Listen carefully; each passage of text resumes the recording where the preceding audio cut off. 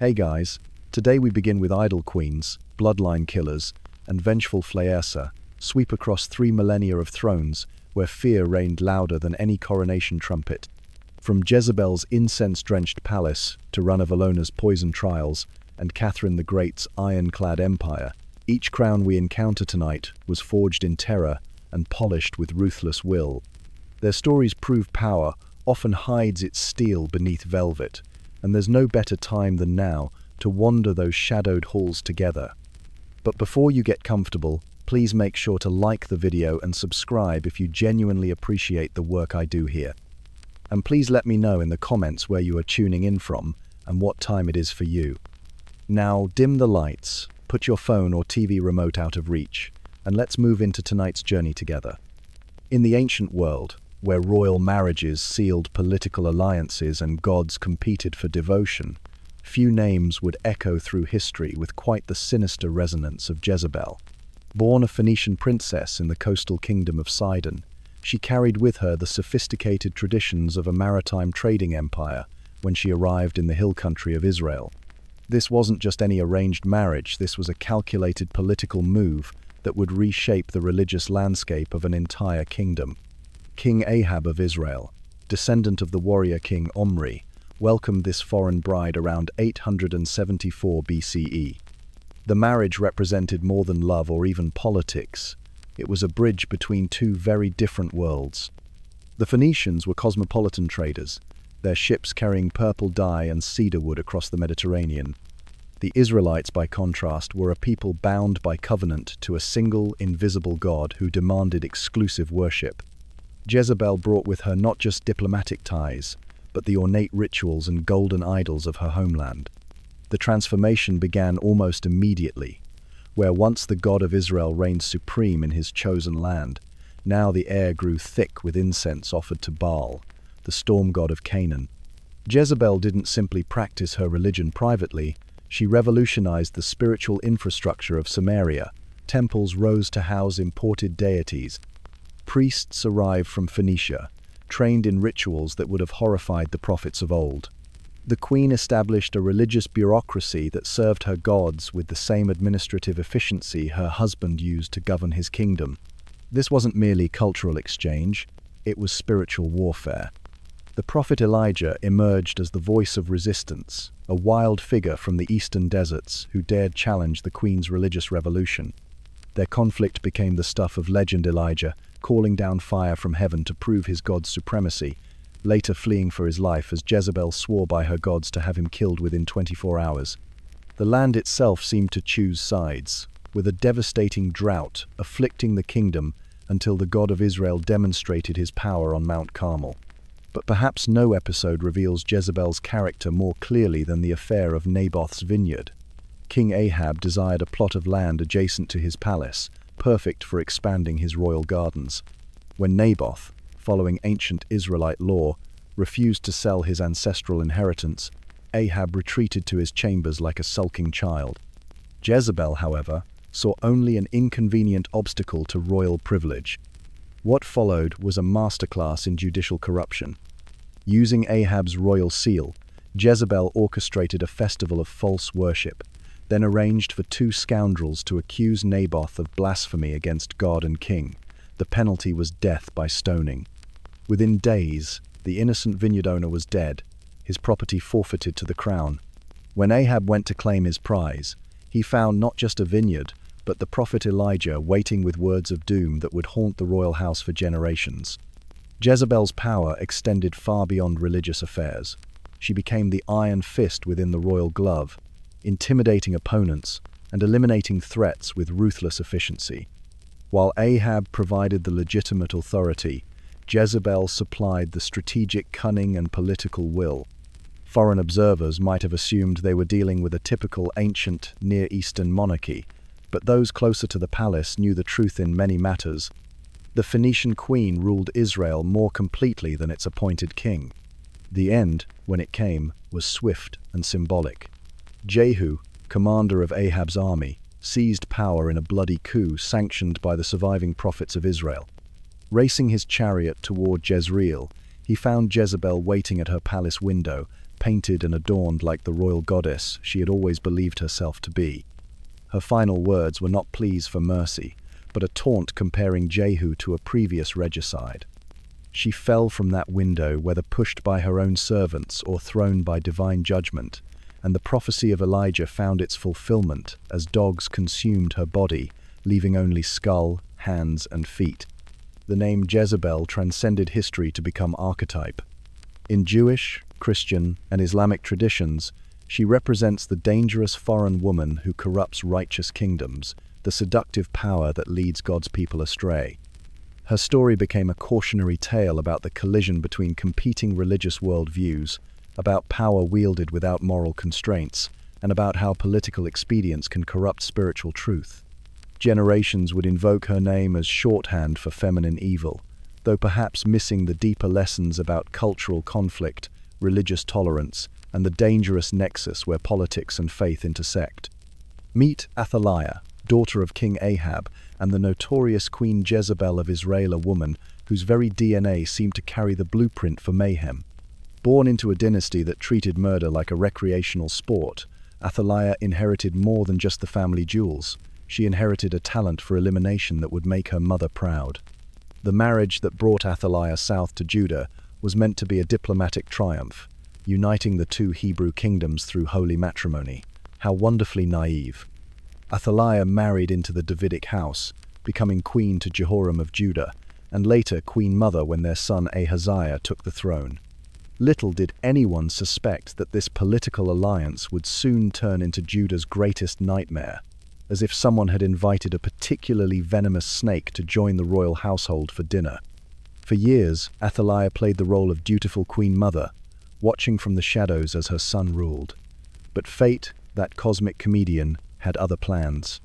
When King Ahaziah met his untimely end during Jehu's bloody revolution up north, caught in the crossfire of Israel's latest regime change, Athaliah saw her moment. Most grieving mothers might retreat into mourning, perhaps take up needlework or charitable works. Not our Athaliah. She looked at the vacant throne of Judah and thought, why shouldn't I have a turn? What happened next can only be described as a masterclass in royal ruthlessness. Athaliah gathered her supporters and unleashed a campaign of terror that would make even seasoned palace conspirators blanch. One by one, she hunted down and eliminated every potential heir to David's throne, her own grandchildren, nephews, anyone with even a whisper of royal blood. The palace halls echoed with screams as the Davidic line, which had ruled Judah for over 3 centuries, faced what appeared to be complete extinction. Think about that for a moment. This woman systematically murdered her own family to secure power. Your average villain might eliminate a rival or two, but Athaliah approached genocide with the efficiency of a tax collector.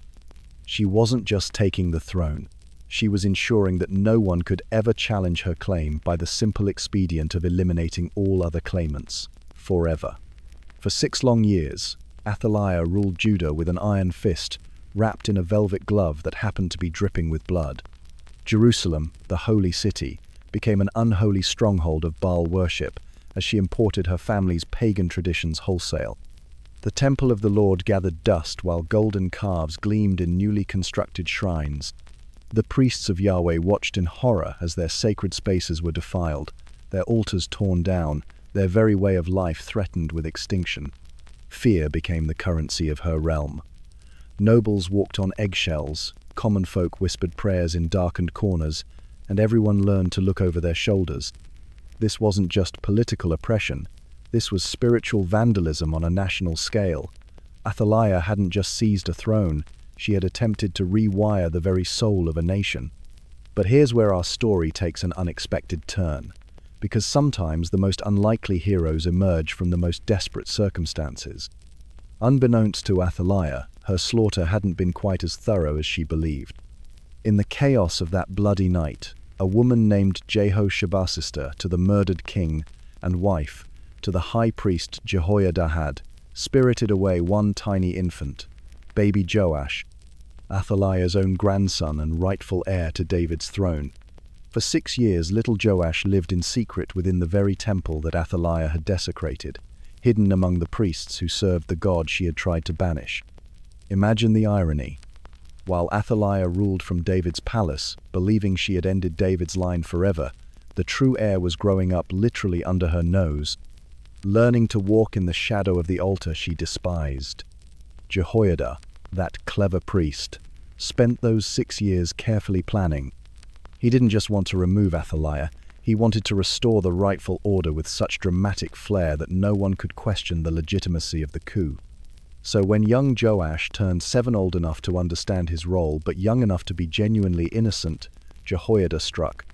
On a Sabbath morning, with perfect theatrical timing, the temple doors burst open to reveal the lost prince, crown upon his tiny head, standing before an army of priests and loyal Levites.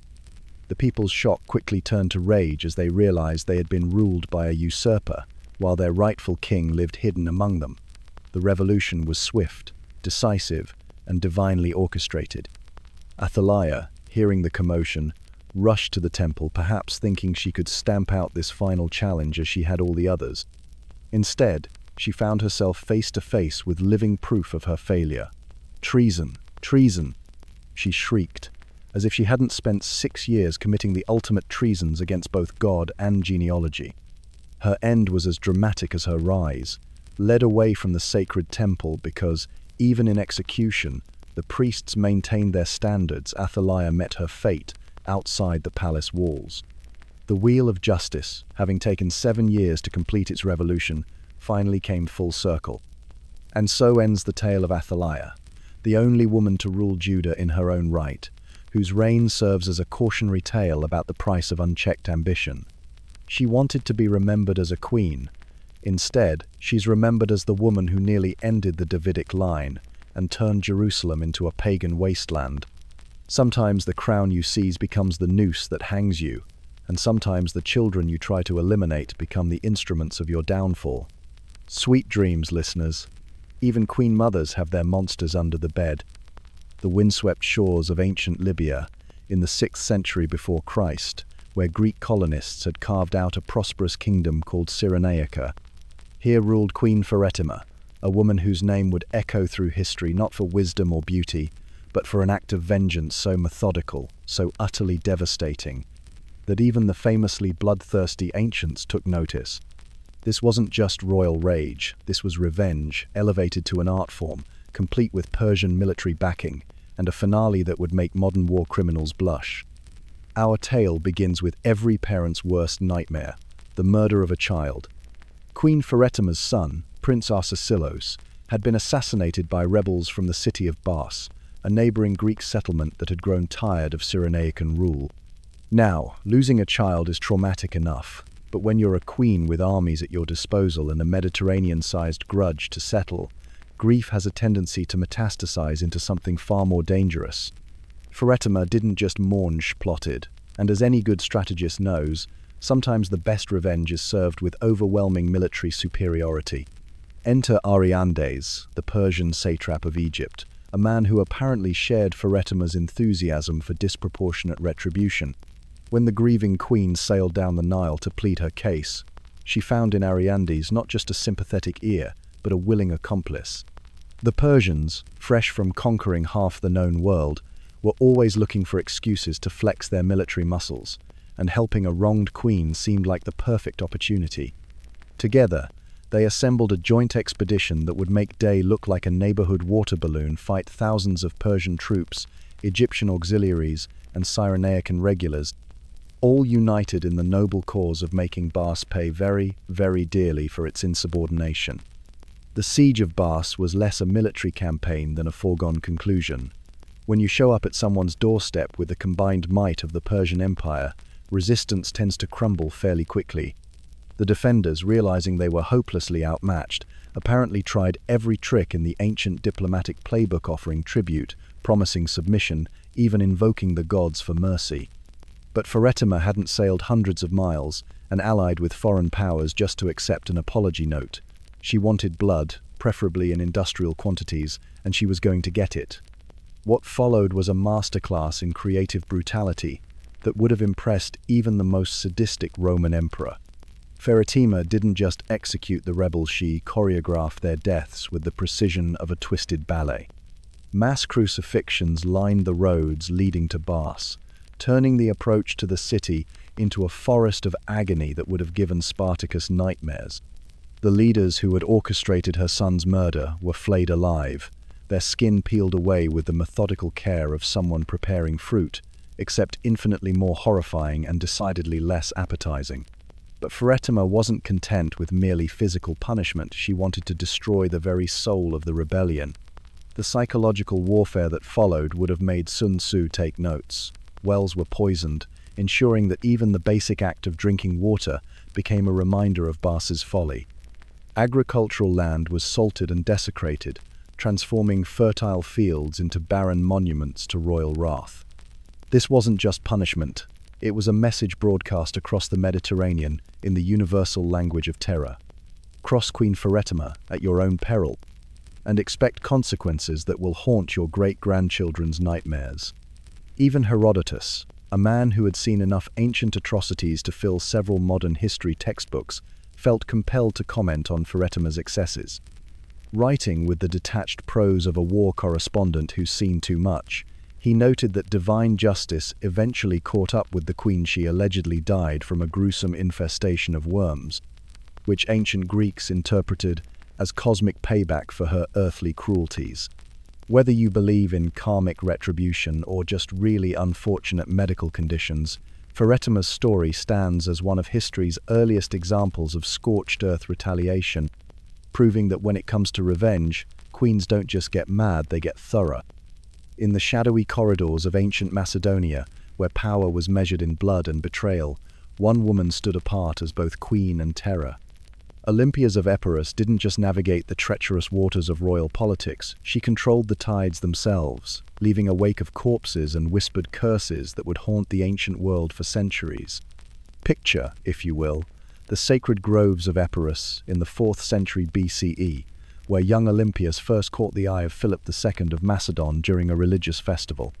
But this wasn't your typical royal courtship. Olympias was an initiate of the Dionysiac mysteries, those wild, wine-soaked rituals that scandalized proper Greek society.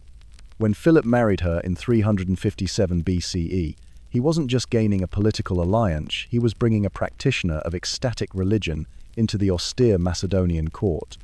The rumors began almost immediately. Courtiers whispered that Olympia slept with snakes, great writhing pythons that she claimed were sacred to Dionysus. Some said she spoke to them in tongues, receiving prophecies from their flickering eyes. The more salacious gossips suggested these serpents were more than mere religious symbols. According to Plutarch, Philip himself once glimpsed a massive snake coiled beside his sleeping wife and, thoroughly unnerved, began questioning whether he'd truly fathered their son Alexander. Olympias, never one to waste a good scandal, reportedly told Philip that he shared her bed not with a mortal woman, but with a goddess, and that Alexander was the son of Zeus himself. Whether you believed the snake stories or not, one thing was undeniable. Olympias wielded influence that extended far beyond the bedroom. When Philip took a 7th wife, the young Cleopatra Eurydice, in 337 BCE, tensions exploded at the wedding feast. Olympias fled to Epirus with young Alexander, but she wasn't retreating. She was planning. Then came that fateful day in 336 BCE. Philip II, the man who had conquered most of Greece, lay dead on a theatre floor in Aigai, assassinated by his own bodyguard Pausanias.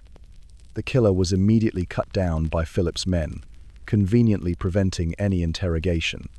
But those familiar with palace intrigue noticed something interesting. Olympias had returned from exile just days before the assassination. Had she orchestrated her husband's murder? The evidence remains tantalizingly circumstantial. What's certain is that Olympias moved with ruthless efficiency in the aftermath. While 20-year-old Alexander secured the loyalty of the army, Olympias handled the more delicate matter of eliminating potential rivals. She forced Cleopatra Eurydice to watch as her infant son Caranus was murdered, then handed her a dagger, rope, and a cup of poison, giving the grieving mother the courtesy of choosing her own method of death. With Philip dead and his other heirs eliminated, Alexander's path to the throne was clear. But when the great conqueror departed for his Asian campaigns in 334 BCE, leaving Macedonia in the hands of his general Antipater, Olympias found herself sidelined. This did not sit well with a woman accustomed to power. What followed was a decade of simmering tension. Olympias retreated to Epirus, where she served as regent for her brother Alexander I, but she never stopped scheming for greater influence in Macedonia. She sent letter after letter to her son in the east, poisoning his mind against Antipater and any perceived rivals. When Alexander died unexpectedly in Babylon in 323 BCE, Olympias saw her chance. The kingdom fractured into warring factions. Initially, Olympias appeared to cooperate with Antipater, but beneath the surface she was weaving her web. She formed an alliance with the Persian Roxane, Alexander's widow, who had given birth to Alexander I Olympias's grandson and a potential heir to the throne. In 317 BCE, Olympias finally struck. Inviting Antipater's son Cassander to negotiate, she instead launched a surprise attack, besieging him at Pydna. What followed was a massacre that shocked even the violence-hardened Macedonians. Olympias ordered the execution of Philip III Aridaeus, Alexander's half-brother and co-king, and his wife Eurydice. But she didn't stop there. In a frenzy of bloodletting, she had over 100 prominent Macedonians killed, men who had served Philip and Alexander faithfully for decades. The Macedonian nobility had tolerated Olympias's eccentricities and even her political maneuvering, but this was too far. They who had conquered an empire from India to Egypt would not be ruled by a woman whose idea of conflict resolution involved mass executions and snake worship. Cassander rallied support and besieged Olympias in turn. When she finally surrendered in 316 BCE, her fate was sealed. The Macedonian council condemned her to death, though Cassander, respecting her royal blood, offered to let her relatives carry out the sentence privately. Olympias, displaying the same defiant pride that had defined her life, refused this mercy. She would face her executioners as a queen. As the soldiers approached her, Olympias didn't beg or weep. According to the sources, she faced death with the same intensity she had faced life, reportedly cursing Cassander's lineage with her dying breath. Some claimed they saw serpents slithering away from her body, as she fell, a final manifestation of her connection to mysteries beyond mortal understanding. History remembers Olympias as many things: the mother of the greatest conqueror in human history, a religious fanatic, a political schemer, and perhaps a sorceress. What's undeniable is that she was a woman who refused to be confined by the limitations placed on her gender. In an age when women were expected to be silent and submissive, Olympias roared. She manipulated kings, eliminated rivals, and terrified an entire kingdom into submission. Her legacy lived on in whispered tales of snake magic and political cunning, a reminder that in the brutal world of ancient politics, sometimes the most dangerous person in the room wasn't the one wearing armor, it was the one who understood that true power came from controlling the fears and desires lurking in the human heart. In the swirling dust of collapsing dynasties, where warlords carved up China like a feast, one woman would prove that power doesn't always announce itself with the clashing of swords. Sometimes it whispers through silk curtains, patient as a spider weaving her web. Lu Ji began life as nobody special, the daughter of a minor magistrate in what would become the Han dynasty's heartland. But when she caught the eye of Liu Bang, a rough-hewn rebel leader with imperial ambitions, she glimpsed something others missed: not just a future emperor, but a man who would need someone far cleverer than himself to actually rule. While other consorts competed for his bed, Lu Ji secured something far more valuable: his absolute trust in matters of state. She transformed from mere concubine to wife, from wife to confidant, learning the intricate dance of court politics while others focused on palace gossip. Her rise wasn't meteoric, it was methodical, each step calculated like moves on a game board only she could see. When Emperor Gaozu died in 195 BCE, the Han dynasty teetered on the edge of chaos. The empire was barely a decade old, held together more by the force of Liu Bang's personality than any institutional stability. Palace factions circled like vultures, each convinced they deserved the prize. But they had underestimated the quiet woman who had spent years building invisible networks of loyalty. Lu Ji moved with surgical precision, placing her 7-year-old son on the throne as Emperor Hui, while ensuring real power flowed through her hands. She didn't seize control, she simply ensured everyone realized control had always been hers. The Regency Council she assembled looked impressive on paper, but every member owed their position to her patronage. She understood something her rivals missed. In politics, perception is often more powerful than the actual throne. Let others bow to a child emperor, they would really be bowing to her. But it was her treatment of Lady Qi that would cement Lu Ji's reputation as history's most creative monster. Lady Qi had been Gaozu's favorite concubine, young and beautiful where Lu Ji was aging and pragmatic. Worse still, Lady Qi had nearly convinced the emperor to change the succession, placing her own son Prince Ruyi on the throne instead of Lu Ji's boy. This wasn't just personal rivalry, it was an existential threat to everything Lu Ji had built. After Gaozu's death, she struck with horrifying creativity. First, she had Prince Ruyi poisoned, eliminating the alternative heir. Then she turned her attention to Lady Qi herself.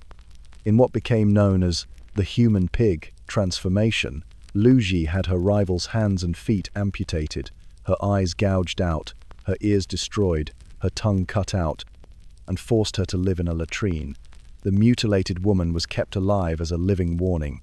When Lu Ji showed this horror to her own son, the young emperor was so traumatized he reportedly never recovered, spending his remaining years lost in drink and depression. The message was unmistakable. This is what happens to those who threaten my family. With potential rivals eliminated, Lu Ji set about consolidating Lu clan power with the same methodical precision she'd used to secure the regency. Her relatives found themselves in every key position. Her nephew became chancellor, her brothers controlled military commands, her sons-in-law governed crucial provinces. She didn't just rule through puppet emperors, she created an entire puppet government. When Emperor Hui died young, some whispered from the trauma of witnessing his mother's cruelties, she simply elevated another malleable relative to the throne. The Han court became a Lu family enterprise. She issued edicts bearing imperial seals, received foreign ambassadors, and made decisions that affected millions of lives.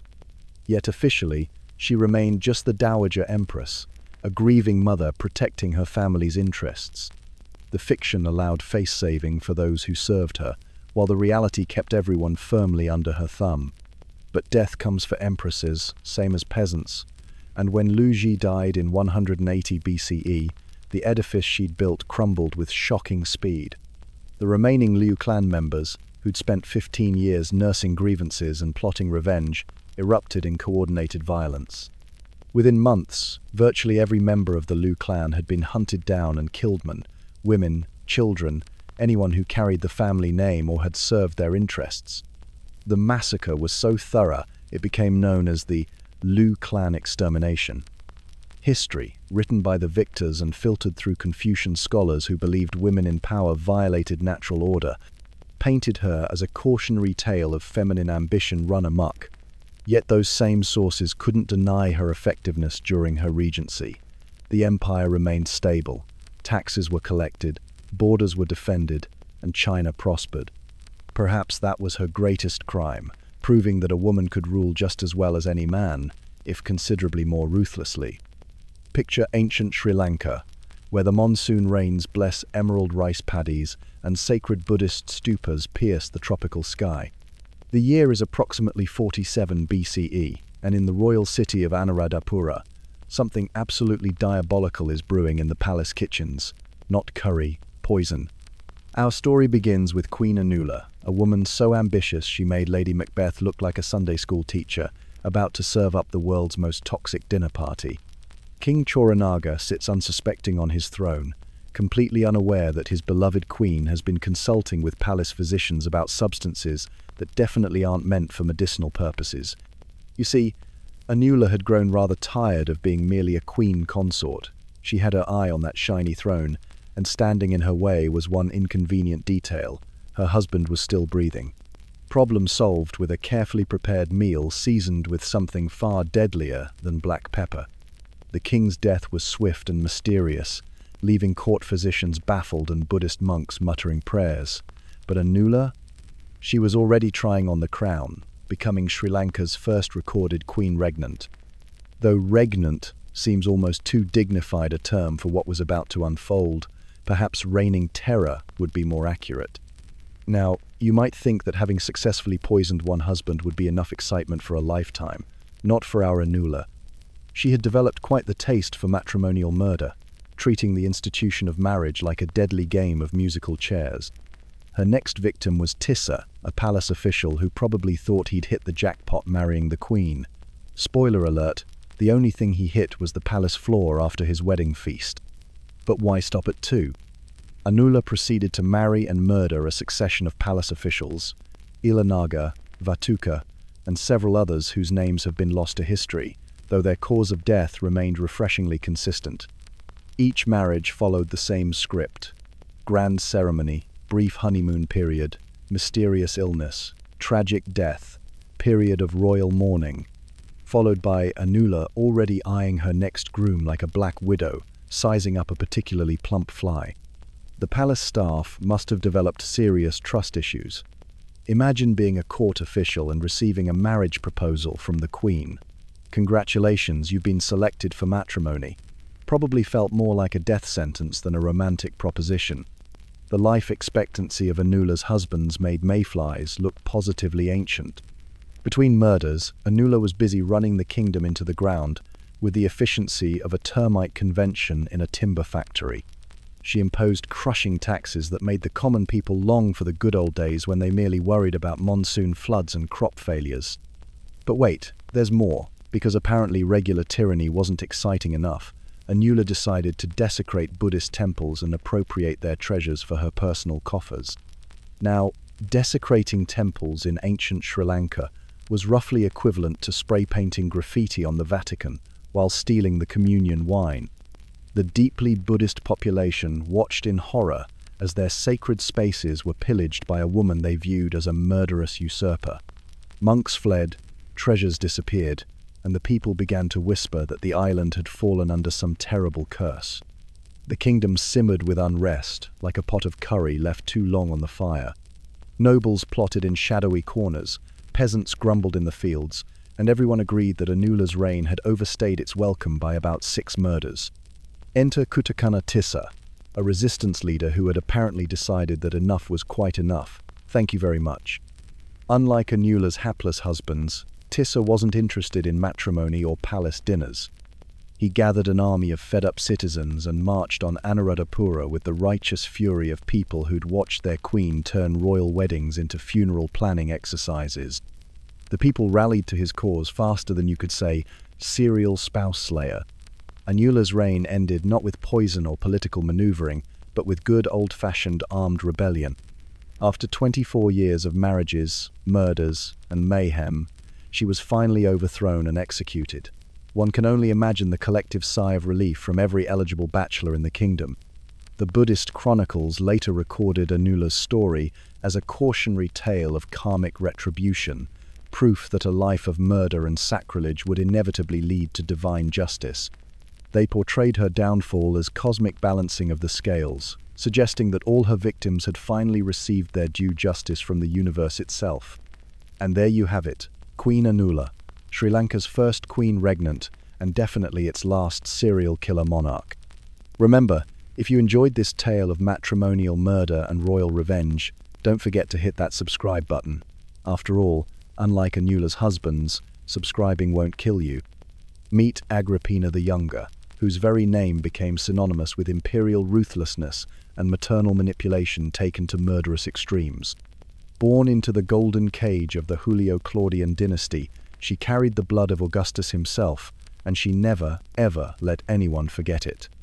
This wasn't just any Roman matron gathering wool by the villa fountain.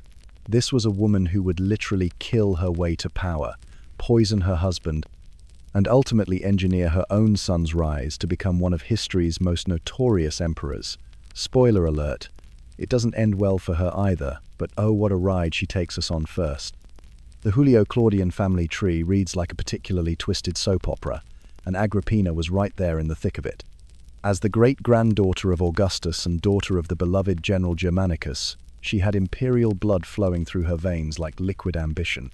Her brother Caligula, that paragon of sanity and restraint, decided in 39 AD that his sisters were getting a bit too comfortable and shipped them off to exile.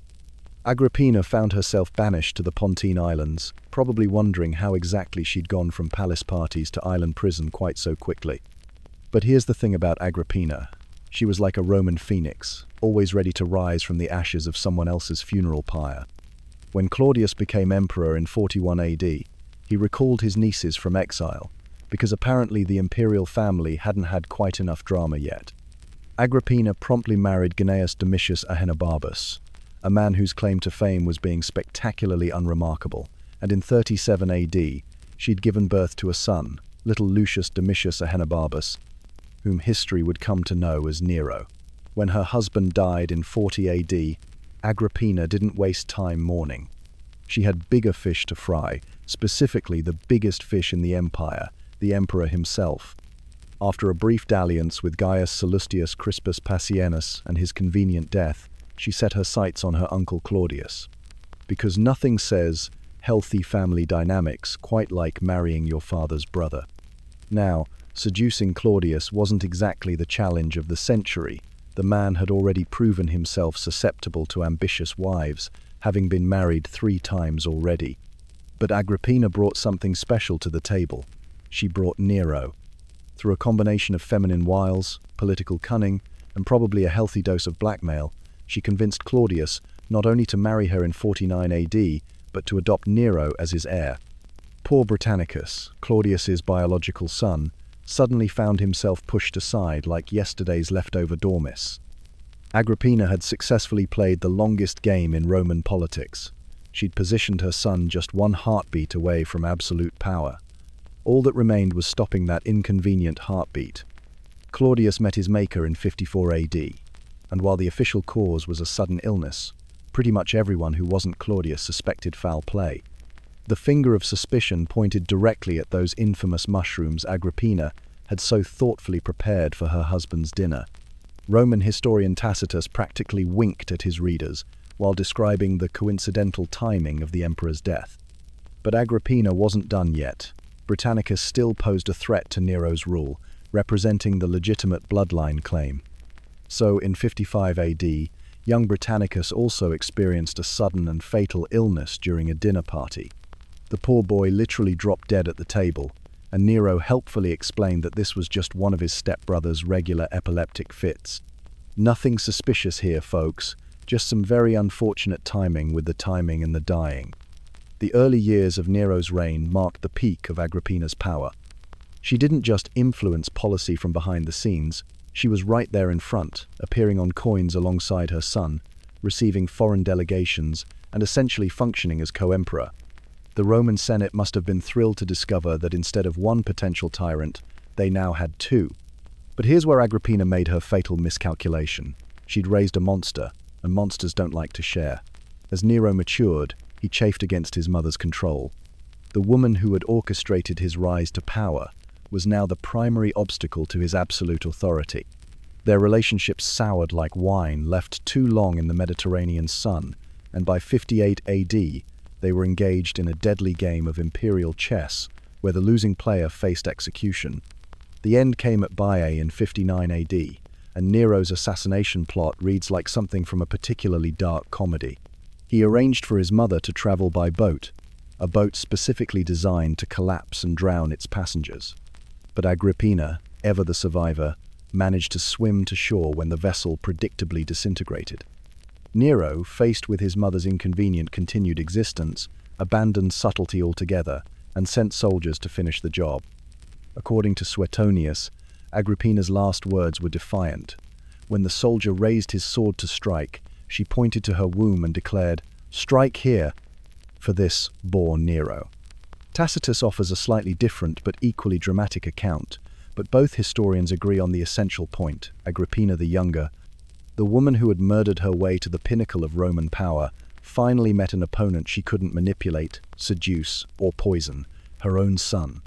It's 7th century China, where women are expected to remain silent shadows behind silk screens, and suddenly one woman decides to rewrite the entire playbook of power. Meet Wu Zetian, the only woman in Chinese history to become emperor, not empress, but emperor, who turned patriarchy on its head, while building an empire that would outlast her critics. Wu Zetian didn't start with grand ambitions of imperial domination. Born into a wealthy merchant family, she entered the palace as a 14-year-old concubine to Emperor Taizong. But here's where most historical narratives get it wrong. They paint her as a scheming seductress who manipulated her way to power. The truth is far more fascinating. While serving Taizong, Wu displayed an intellect that caught the attention of his son, Gaozong. When Taizong died and court protocol demanded his concubines either commit suicide or become nuns, Wu chose a third option that didn't officially exist: survival through brilliance. Gaozong, now emperor, was already infatuated with her mind as much as her beauty. He recalled her from the monastery, married her, and inadvertently set the stage for the most dramatic power shift in Chinese history. What happened next reads like a masterclass in political strategy. Wu didn't just climb the palace hierarchy, she systematically dismantled it and rebuilt it with herself at the center. She understood something that would make modern intelligence agencies jealous. Information is the ultimate weapon. Wu created an intricate network of secret police that would make the KGB proud. But she wasn't interested in random surveillance. She was methodically mapping the political landscape, identifying threats, and neutralizing them with surgical precision. The Tang princes, those pesky relatives of her husband who stood between her and absolute power, began disappearing with suspicious regularity. Some died from mysterious illnesses, others from convenient accidents, and a few simply vanished entirely. Wu's critics called it paranoia, but hindsight reveals it as perhaps the most successful threat assessment operation in imperial history. In 690 CE, Wu Zetian did something that no woman before or after would dare attempt. She declared herself emperor, not regent or empress dowager, but the sole ruler of China. She didn't just take the throne, she created an entirely new dynasty, the Zhou, interrupting the Tang dynasty as if it were a commercial break in the cosmic order. Imagine the audacity. In a culture where women couldn't even inherit property, Wu simply announced she was now the son of heaven. The metaphysical implications alone must have sent the court philosophers into existential crises. She changed her title to Huangdi, the imperial designation reserved for men, and began signing decrees that literally rewrote the social contract of an empire. The whispers in the palace must have been deafening, yet no one dared challenge her openly. Why? Because by this point, crossing Wu Zetian had become synonymous with early retirement from life itself. But Wu understood that power seized by force requires spiritual legitimacy to endure. Enter her masterstroke of religious propaganda, the Great Cloud Sutra. Wu commissioned scholars to discover this convenient Buddhist text that prophesied the coming of a female Buddha, Maitreya, who would rule the world. What an extraordinary coincidence that this female savior's description matched Wu perfectly down to her birthmarks. The sutra proclaimed that this future Buddha would incarnate as a secular ruler, bringing peace and prosperity to the realm. Wu didn't just claim to be emperor, she claimed to be divine intervention in human form. She ordered the Great Cloud Sutra distributed throughout the empire, built temples dedicated to Maitreya, and surrounded herself with Buddhist imagery that reinforced her sacred authority. It was propaganda so sophisticated that it makes modern political spin doctors look like amateurs. Wu Zetian's legacy defies simple categorization as either heroic or villainous. Yes, she orchestrated purges that eliminated thousands of real and imagined enemies. Her court was rife with fear, denunciations, and executions that would terrify any modern human rights organization. But here's what makes her story compelling rather than simply horrifying. She also revolutionized the imperial system in ways that benefited ordinary people for centuries. Wu expanded the imperial examination system, allowing merit rather than birth to determine government positions. She promoted talented women to high offices, appointed capable minorities to important posts, and implemented agricultural reforms that increased prosperity. Under her rule, the empire expanded its borders, stabilized its economy, and flourished culturally. The same woman who eliminated rivals with ruthless efficiency also created policies that lifted millions out of poverty. Wu Zetian proves that history's most fascinating figures resist easy moral judgments. She was simultaneously a ruthless autocrat and an effective reformer, a woman who destroyed lives to save an empire, a usurper who legitimized her rule through genuine achievements. In the end, she reigned for 15 years, abdicated at 82, and left behind a China more prosperous and powerful than she found it. Sleep tight, knowing that somewhere in history, one woman decided that if men could rule the world, she could do it better, and largely proved her point. The year 797 CE, the Byzantine Empire, that glittering remnant of Rome, finds itself ruled by a woman who's just done something so spectacularly awful that even medieval chroniclers, who weren't exactly squeamish about violence, struggled to find words adequate for the horror. Meet Irene of Athens, the empress who literally blinded her own son to steal his throne, then had the audacity to call herself emperor, not empress, mind you, but emperor, because apparently regular feminine titles weren't grand enough for someone willing to mutilate their own child for power. Irene didn't start as a monster, though the seeds were certainly there. Born around 752 CE in Athens, hence the name, she caught the eye of Emperor Leo IV and married into the Byzantine royal family. When Leo died in 780, their son Constantine VI was just 10 years old, making Irene his regent. Now, you'd think a loving mother would guide her son toward competent rule and gracefully step aside when he came of age. But you'd be thinking of a normal person, not someone whose middle name might as well have been ambition. The Byzantine Empire was in the throes of the iconoclastic period, where religious authorities had banned the veneration of religious images, declaring them idolatrous. Irene was what they called an iconodule, someone who believed in restoring these sacred images.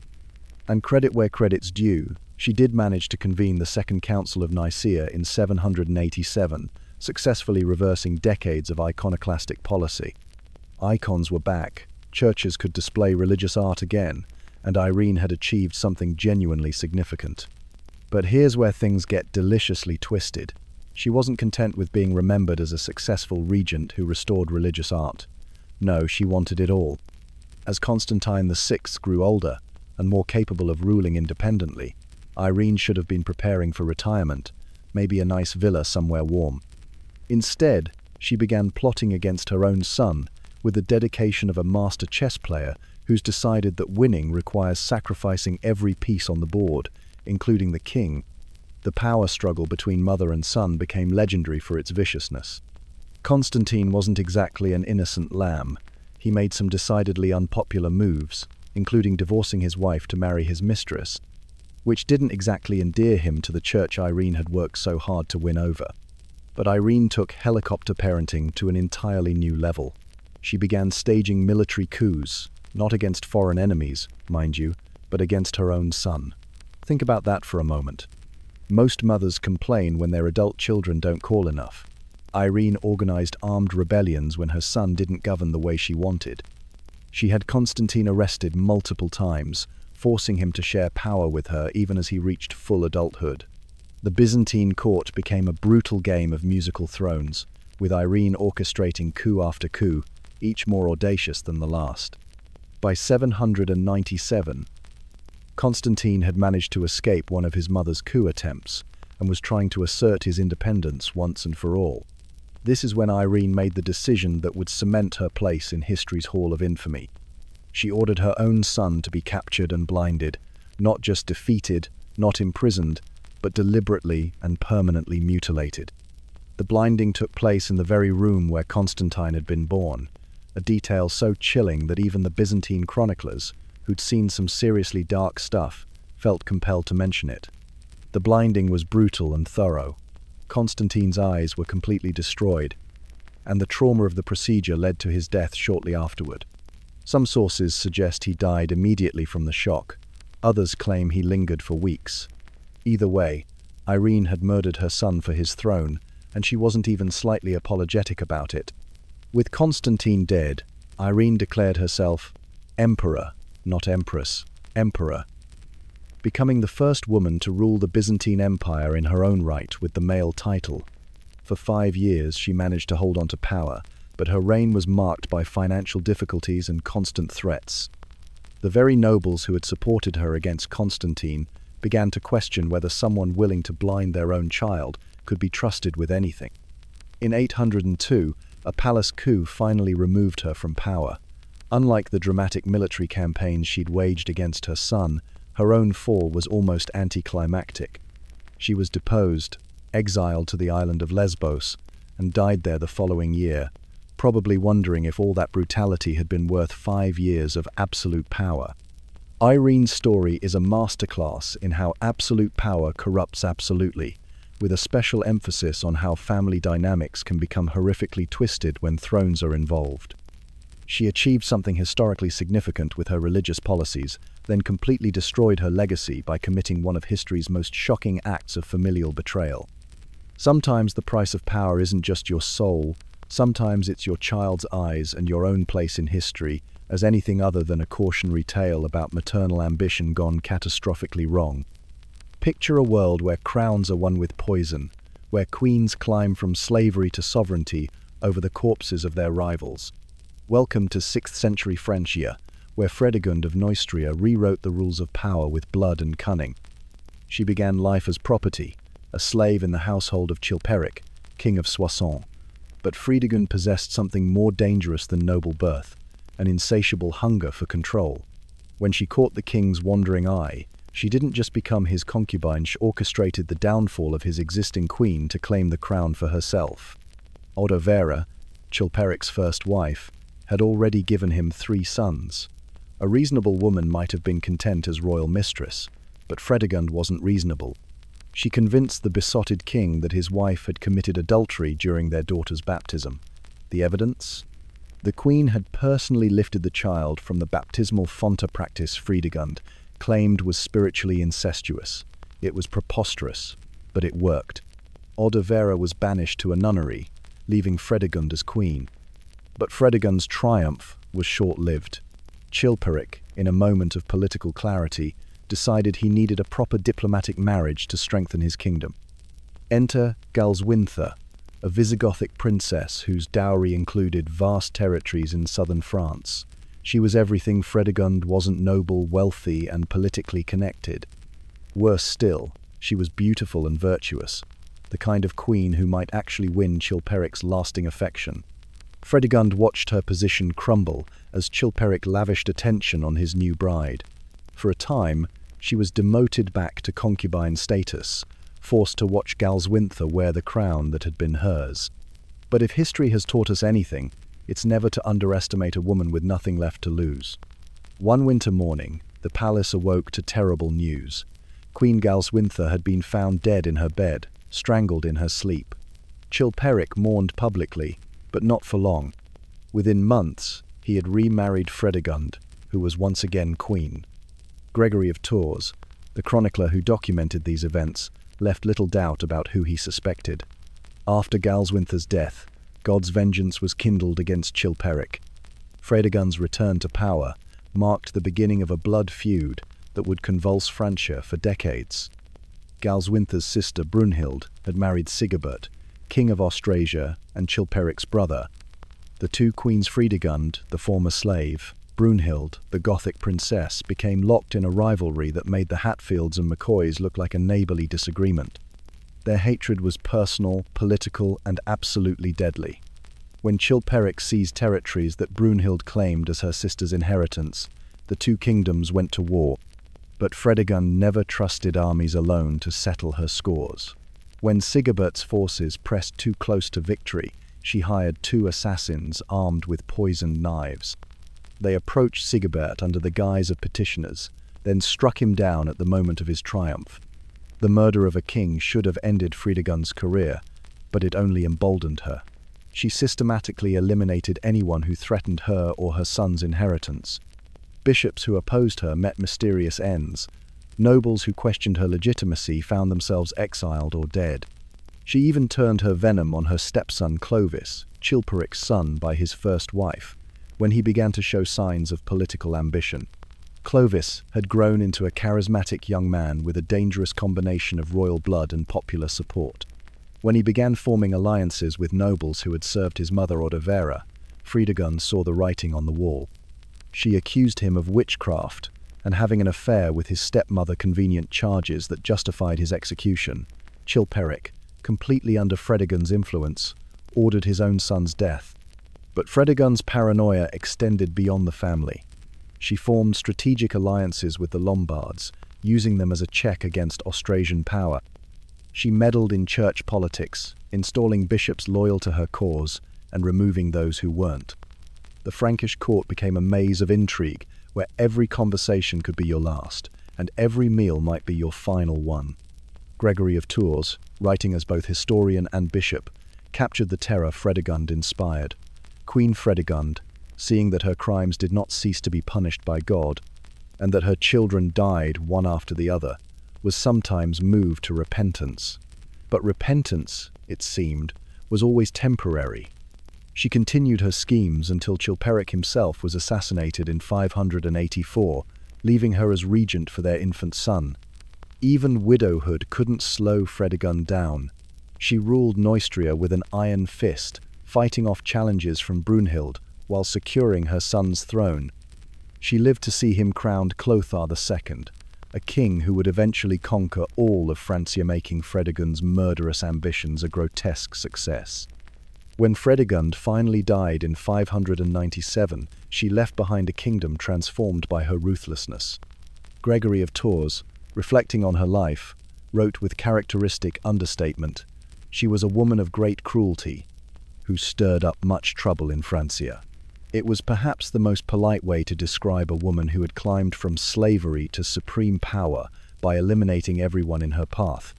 So, here's to Fredegund of Neustria, proof that in the game of medieval politics, sometimes the most dangerous player is the one with nothing to lose and everything to gain. Sweet dreams, dear viewers. Try not to think about what ambitions might be lurking in the shadows of your own life. The year 566, and somewhere in the Visigothic kingdom of Spain, a princess is getting ready for the wedding of the century. Brunhilda, that's her real name. Not something out of a Wagner opera, is about to become the most feared woman in early medieval Europe. But right now, she's just a teenage bride being shipped off to marry a Frankish king she's never met. Classic medieval romance, right? What nobody realizes yet is that this Spanish princess is about to turn the Frankish kingdoms into her personal chessboard for the next 50 years. And honey, she plays for keeps. The marriage arrangement seems straightforward enough. Brunhilda, daughter of the Visigothic king Athanagild, is marrying Sigebert I, king of Austrasia. It's all very diplomatic, very civilized, nice little alliance between Christian kingdoms. Sigebert even converts from Arianism to Catholicism for her. Oh, how romantic. Young love and religious unity. What could go wrong? Well, everything. But we're getting ahead of ourselves. Those early years are actually pretty sweet. Brunhilda's not content to just sit around weaving tapestries and producing heirs. She's got opinions about how kingdoms should be run, and surprisingly, Sigebert listens. She brings Visigothic administrative practices north, introduces new legal reforms, sponsors churches and monasteries. She's basically a medieval management consultant, except with a crown and significantly more power to enforce her recommendations. Then Sigebert dies in 575, leaving Brunhilda as regent for their young son Childebert II. This is where things get interesting, because medieval regencies are basically open season for anyone with ambitions and a sharp knife. But Brunhilda, she doesn't just survive, she thrives. Over the next decades, she becomes the ultimate political survivor. We're talking about a woman who serves as regent for 3 different kings across nearly 40 years. That's not luck. That's skill. She modernizes the administration, reforms the tax system, and generally runs Austrasia like a well-oiled machine. If this were a modern corporate drama, she'd be the CEO who turns around a failing company through sheer force of will and strategic brilliance. But here's the thing about medieval politics, everything's personal. And Brunhilda's got herself one hell of a personal enemy, Queen Fredegund of Neustria. Think of them as the ultimate medieval frenemies. Except, instead of passive-aggressive social media posts, they're launching actual wars and orchestrating assassinations. It starts when Fredegund has Brunhilda's sister Galswintha murdered. Family drama escalates quickly when you're royalty. What follows is decades of tit-for-tat violence that makes modern political scandals look like playground squabbles.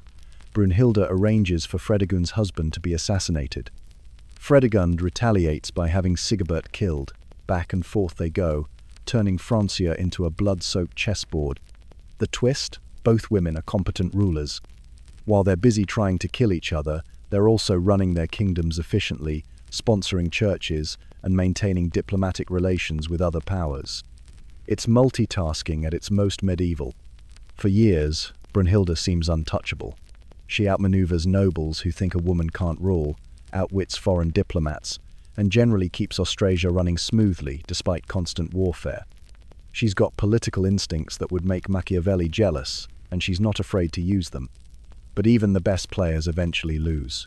By 613, Brunhilde's in her 70s and still ruling as regent for her great-grandson. The Frankish nobles are tired of being ruled by a woman, and Fredegund's son Clothar II sees his chance. He captures Brunhilde during a campaign finale. Her luck runs out. What happens next is so brutal it's shocking even by medieval standards. Clothar doesn't just execute her, he puts her on trial for the deaths of 10 Frankish kings. It's basically a show trial. Everyone knows the verdict before it starts. But the real horror isn't the trial, it's the punishment. They torture her for 3 days. Thenan, this is where it gets really medieval. They tie her to a wild horse and let it drag her to death. It's the kind of execution reserved for the worst criminals, a deliberate humiliation designed to erase her legacy. But here's the thing about Brunhilde. You can destroy the woman, but you can't erase what she accomplished. She spent half a century proving that women could rule as effectively as men. She introduced administrative reforms that lasted for generations.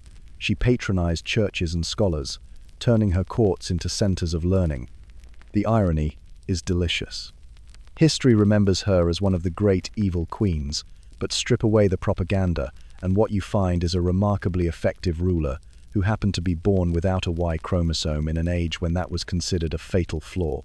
Brunhilde played the long game better than almost anyone, and for 50 years she won. In the end, maybe that's what really made her dangerous, not that she was evil, but that she was good at what she did. Picture this. You're a medieval widow.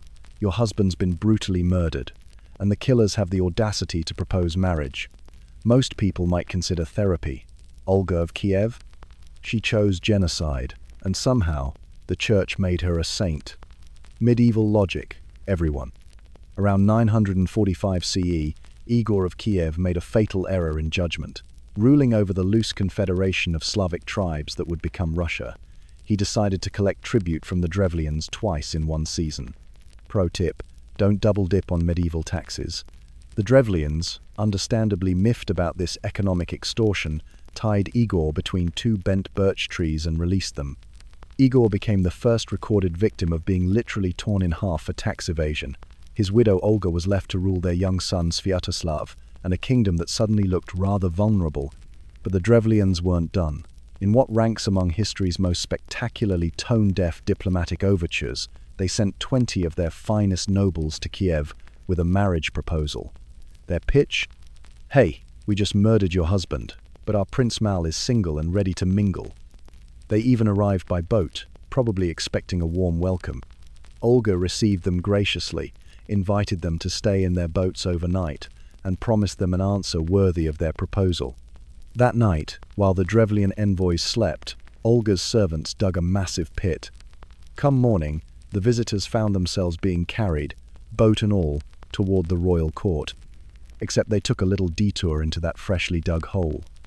Olga appeared at the edge and asked sweetly if they found the honor to their liking before ordering the pit filled with earth. 20 nobles buried alive, boat included. Just to be clear, this was revenge number 1. But Olga was just warming up. She sent a message to the Drevlians. I accept your proposal, but send your very best men to escort me properly. The flattered Drevlians promptly dispatched their most distinguished citizens. Upon arrival, Olga offered them the traditional Russian hospitality of a bathhouse to wash off their journey. How thoughtful. Except she locked them inside and burned the building down. Revenge number 2, premium barbecue. Still not satisfied, Olga announced she needed to hold a proper funeral feast for Igor near his grave in Drevlian territory. She arrived with a small retinue bearing copious amounts of alcohol, leading what appeared to be a peaceful mourning procession. The Drevlians, perhaps beginning to sense a pattern but evidently slow learners, joined the commemoration. Once everyone was thoroughly drunk, Olga's soldiers emerged from hiding and slaughtered approximately 5,000 Drevlians. Revenge number 3, the ultimate dinner party from hell. You'd think 3 massacres might satisfy most people's need for vengeance, not Olga. For her grand finale, she laid siege to the Drevlian capital of Iskorostan. After a year of unsuccessful attempts to breach the walls, she made another deceptively reasonable offer. "I don't want your gold or silver," she declared. "Just send me 3 sparrows and 3 pigeons from each household as tribute." The Drevlians, probably relieved she wasn't demanding more creative executions, quickly complied. Olga's servants tied small pieces of sulfur wrapped in cloth to each bird's legs, then released them at nightfall. The homesick birds naturally flew back to their nests in the thatched roofs of Iskorostan. Soon the entire city was ablaze. As people fled their burning homes, Olga's troops waited outside to capture or kill them. Those who survived were enslaved. The city itself was razed to the ground. Revenge number 4, the world's first recorded instance of avian warfare. Having thoroughly established her credentials as someone not to be trifled with, Olga turned to actually governing.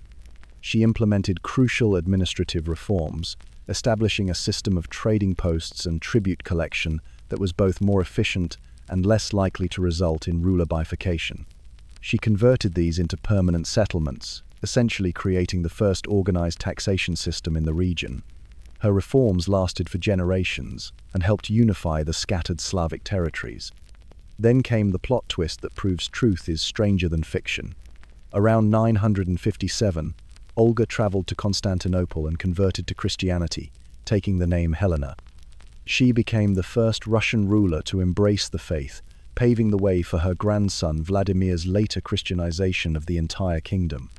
The Orthodox Church, apparently willing to overlook a few thousand murders in the name of evangelization, canonized her as Saint Olga. And there you have it, Saint Olga of Kiev, patron saint of creative problem-solving and bird-based warfare. She remains the only person in history to achieve sainthood despite committing multiple genocides. Her legacy lives on as both the loving grandmother who helped raise Saint Vladimir and the woman who proved that medieval diplomacy occasionally involved pigeons, and everyone was somehow okay with this. Picture this: you're the daughter of the King of France, married off at 12 to secure an alliance, and your husband turns out to be more interested in his male favorites than ruling a kingdom. Welcome to the life of Isabella of France, who would go from neglected queen to regicide mastermind in one of medieval England's most dramatic power struggles. Isabella arrived in England in 1308 as a political pawn, her marriage to Edward II designed to smooth relations between England and France. What she found was a king utterly besotted with Piers Gaveston, a Gascon knight whose relationship with Edward was so intimate that chronicles struggled to find polite ways to describe it. Isabella, beautiful and intelligent, found herself sidelined in favor of a man who openly mocked the English nobility and seemed to treat the kingdom as his personal playground. But Edward's romantic entanglements were just the beginning of Isabella's problems. After Gaveston's murder by angry barons in 1312, Edward found new favorites in the Despencer family, particularly Hugh Despencer the Younger. If Gaveston had been merely irritating to the nobility, the Despensers were absolutely toxic. Hugh the Younger possessed an almost supernatural ability to antagonize everyone around him, grabbing lands and titles while treating Isabella with barely concealed contempt. The Despensers systematically stripped Isabella of her estates and revenues, leaving the Queen of England with an allowance that wouldn't have impressed a minor baron. When Isabella's French relatives came for diplomatic visits, Hugh the Younger would deliberately humiliate them, knowing full well this would infuriate both Isabella and her brother, King Charles IV of France. It was like watching someone slowly push a lioness into a corner while assuming she'd never fight back. By 1324, war had broken out between England and France over Gascony, and Edward made perhaps the worst political decision of his reign. He sent Isabella to negotiate with her brother Charles. This was roughly equivalent to a husband sending his estranged wife to consult with her protective older brother about their marriage problems while that brother happened to command the strongest army in Europe. Instead of returning to England, Isabella lingered in France, claiming she felt unsafe while the Despensers held power. She began styling herself as the wronged queen, gathering support from English exiles and French nobles who viewed Edward's regime as both incompetent and illegitimate. It was during this period that she began her affair with Roger Mortimer, one of England's most formidable barons who had escaped from the Tower of London in a plot worthy of a Hollywood heist film. Mortimer was everything Edward wasn't: a seasoned military commander, politically astute, and apparently quite skilled at making Isabella feel valued rather than ignored. Together, they hatched a plan that would make Game of Thrones look like a gentle family disagreement. With financial backing from Count William of Hainaut, secured by arranging her son's engagement to his daughter, Isabella assembled an invasion force. In September 1326, Isabella and Mortimer landed in Suffolk with a modest army and a simple message: they'd come to rid England of the evil counsellors surrounding the king. This wasn't technically rebellion perish, the thought merely concerned intervention by a loving wife and loyal baron. The speed of Edward's collapse was breathtaking. Nobles defected en masse, London opened its gates, and Hugh Despenser the Elder was torn apart by a mob in Bristol. Edward and Hugh the Younger fled toward Wales but were captured in November. The younger Despenser received a traitor's death spectacular, even by medieval standards, shanged, drawn, and quartered, while Isabella allegedly watched from a window, possibly enjoying refreshments. Edward himself was forced to abdicate in favor of his 14-year-old son, with Isabella and Mortimer assuming a regency that looked suspiciously like a coup. Then came the mysterious death of Edward II at Berkeley Castle in September 1327. The official cause was illness, but rumours immediately spread of a more gruesome end: the famous red-hot poker story that has titillated and horrified audiences for centuries. Whether true or merely salacious gossip, the tale reflects how Edward's alleged manner of death was seen as poetic justice for his sexual preferences, a grim reminder that medieval justice often carried heavy symbolic weight. Isabella's regency initially proved popular. She reversed many of Edward's unpopular policies, made peace with Scotland, and seemed to provide the strong leadership England had lacked. However, power proved intoxicating. Isabella and Mortimer lived like royalty, showering themselves with lands and titles while maintaining an increasingly expensive court. Mortimer even had himself created Earl of March, a title that came dangerously close to royal pretensions. As young Edward III matured, the regency began to feel less like temporary necessity and more like permanent usurpation. In 1330, the 18-year-old king executed a perfectly timed coup at Nottingham Castle, seizing Mortimer and effectively ending his mother's political career. Mortimer was executed, but Isabella, perhaps due to her royal blood or her son's residual affection, was spared. Isabella retired to Castle Rising in Norfolk, where she lived comfortably for nearly 30 years, occasionally emerging to attend family celebrations or state events. The she-wolf had been defanged, but not destroyed, living out her days as a reminder that even in medieval England, it was unwise to underestimate the fury of a woman scorned. A 15-year-old French princess stepping off a ship in Portsmouth, her silk gown rustling against the salt-stained dock. Margaret of Anjou had just married the King of England by proxy, sight unseen, her father handing her off like a chess piece to secure a peace treaty. But this wasn't some fairy tale beginning. She'd married Henry VI, a man so gentle he'd faint at the sight of blood, so pious he'd cover nude statues with cloth, so utterly unsuited for medieval kingship that his own nobles whispered he belonged in a monastery, not a throne room. The year was 1445, and England was already fracturing. Henry had inherited the crown as a baby, his French territories slipping away like sand through fingers, while his nobles grew fat and quarrelsome during his long minority. By the time Margaret arrived, the king was 23, but possessed the political instincts of a particularly naive altar boy.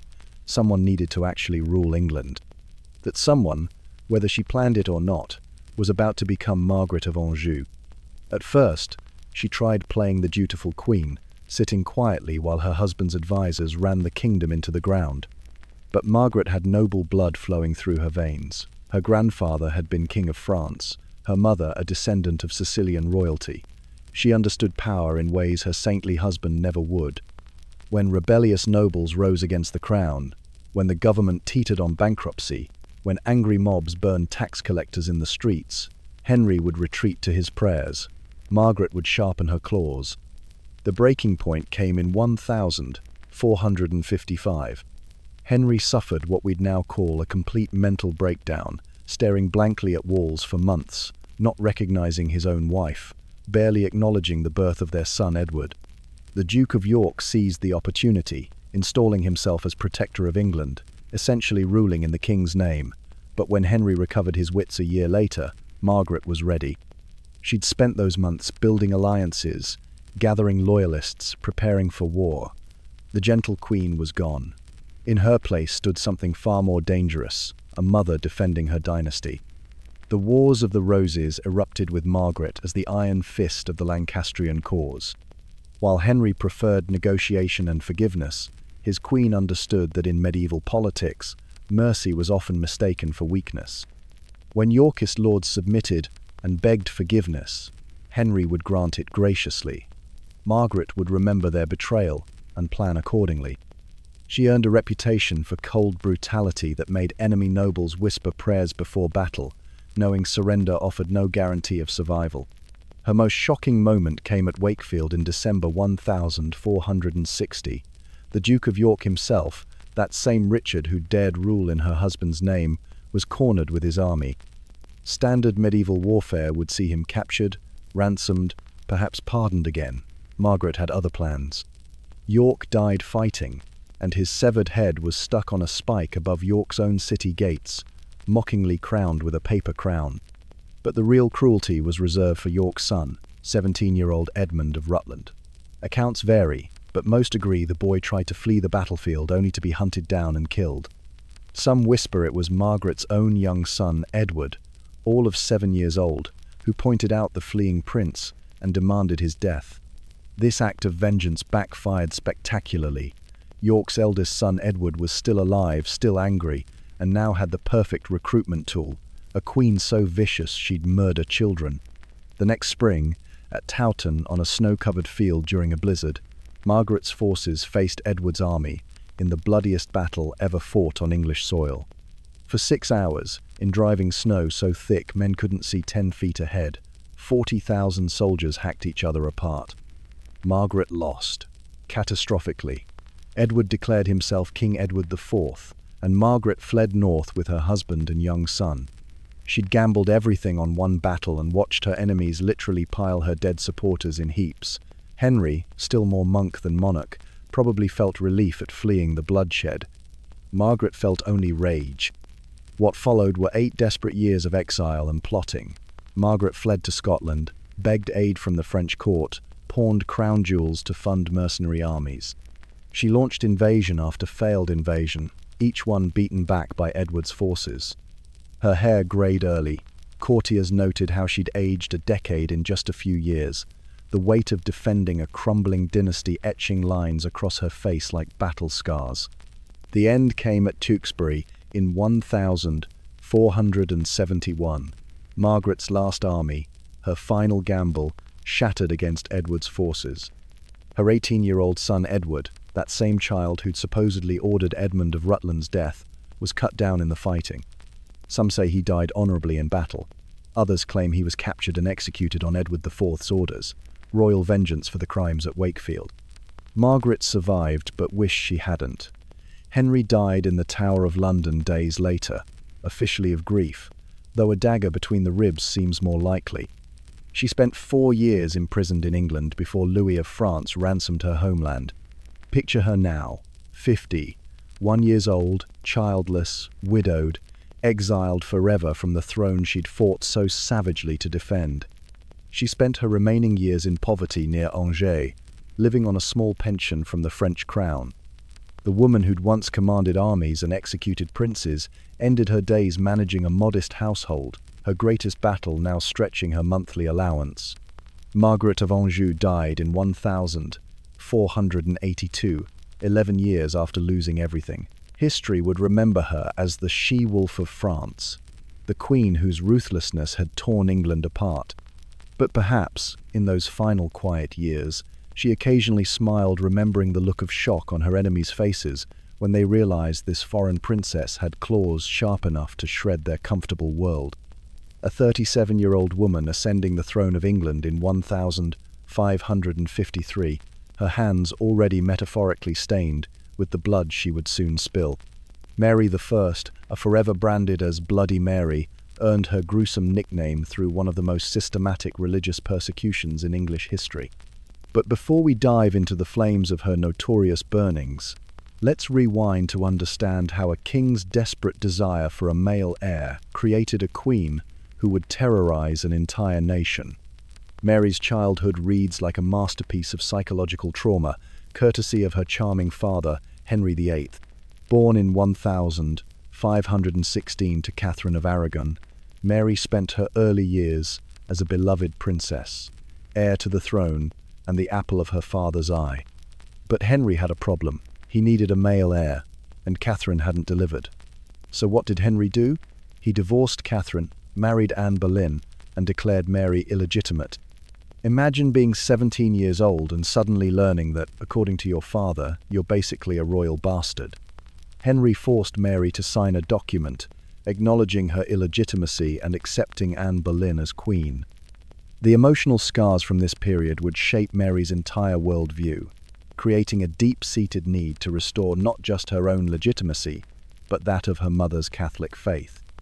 For 20 years, Mary lived in the shadows, watching her half-brother Edward VI rule as England embraced Protestantism. When Edward died childless in 1553, the throne should have passed to Mary. Instead, Edward and the Duke of Northumberland attempted to bypass her, placing Lady Jane Grey on the throne. But Mary had other plans.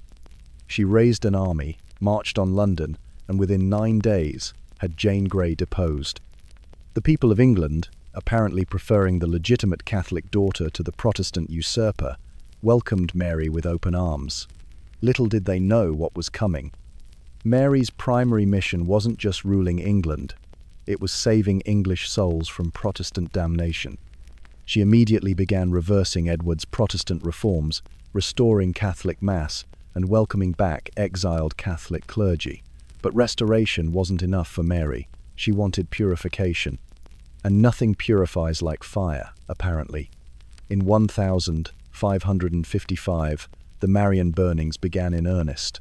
Over the next 3 years, approximately 280 Protestants would be burned at the stake for heresy. These weren't random executions. They were carefully orchestrated public spectacles designed to terrify England back into Catholic submission. The victims included bishops, clergymen, and ordinary citizens who refused to renounce their Protestant faith. Mary personally attended many of these burnings, watching as smoke rose from the stakes like some twisted form of prayer. The most famous victims were the Oxford martyrs, Bishops Nicholas Ridley and Hugh Latimer, who were burned together in 1555. Legend says Latimer's final words to Ridley were, "We shall this day light such a candle, by God's grace, in England as I trust shall never be put out." Spoiler alert, it wasn't put out. These executions backfired spectacularly, creating Protestant martyrs and turning public opinion increasingly against Mary. John Foxe's Book of Martyrs later immortalized these victims, ensuring Mary's reputation as a bloodthirsty tyrant would endure for centuries. Meanwhile, Mary's personal life was equally tragic. In 1554, she married Philip II of Spain, a political alliance that was about as romantic as a business merger between two failing companies. Mary was besotted with Philip, but he showed little interest in his older, less attractive wife. Even worse, Mary desperately wanted to provide England with a Catholic heir. She experienced 2 phantom pregnancies, her body showing all signs of pregnancy, her belly swelling, her court preparing for royal births that never came. Imagine the psychological toll of believing you're carrying the future of Catholic England, only to discover your body has cruelly deceived you. These phantom pregnancies became national humiliations. further undermining Mary's authority. Mary's final years brought nothing but disasters. In 1558, England lost Calais, its last foothold in France, to the French under Philip's influence. This military humiliation was compounded by economic strain and ongoing religious violence. The Queen, who had begun her reign with popular support, found herself increasingly isolated and despised. Mary died on November 17, 1558, probably from ovarian or uterine cancer, though some historians suggest she may have suffered from a pituitary tumor that could explain her phantom pregnancies. For centuries, Mary was remembered simply as Bloody Mary, the fanatical Catholic who tried to burn England back to Rome. But modern historians have begun reassessing her reign, recognizing her as a complex figure caught between personal trauma, religious conviction, and political necessity. Yes, she burned people alive, lots of them. But she was also trying to restore what she genuinely believed was the one true faith, the faith her father had destroyed along with her mother's marriage and her own legitimacy. Mary I remains a cautionary tale about how personal wounds can shape public policy, and how even queens are not immune to the ghosts of their past. In the autumn of 1533, a 14-year-old Florentine girl stepped off a ship in Marseille, carrying with her a dowry that would reshape the French court forever. Catherine de' Medici arrived in France, not as a beloved princess, but as a diplomatic necessity, the great niece of a pope, daughter of merchants who had bought their way into nobility. The French aristocracy watched her with barely concealed disdain. After all, what could this Italian upstart possibly teach them about ruling? They would soon discover that underestimating Catherine de' Medici was the first mistake of many they would make. The marriage to Prince Henry was meant to be a footnote in history, a political arrangement that would produce heirs and fade into obscurity. Instead, Catherine would outlive her husband by 30 years and hold the reins of power longer than almost any woman before her. When Henry died in a tournament accident in 1559, pierced through the eye by a splinter from his opponent's lance, Catherine transformed from decorative queen consort into the most formidable political mind of her generation. What followed was unprecedented. A mother who would effectively rule France through 3 of her sons' reigns. First came Francis II, a sickly boy who died at 16. Then Charles IX, crowned at 10 years old. Finally, Henry III, perhaps the most capable of her children, but still dependent on his mother's counsel. Catherine didn't merely influence these kings. She was the power behind the throne, the architect of policy, the spider at the center of a web that stretched across Europe's royal courts. Her mastery of court factions was nothing short of virtuosic. In an age when political alliances shifted like sand, Catherine played Catholics against Protestants, nobles against each other, foreign ambassadors against their own masters. She perfected the art of appearing weak while wielding absolute authority, of seeming indecisive while executing long-term strategies that wouldn't bear fruit for decades.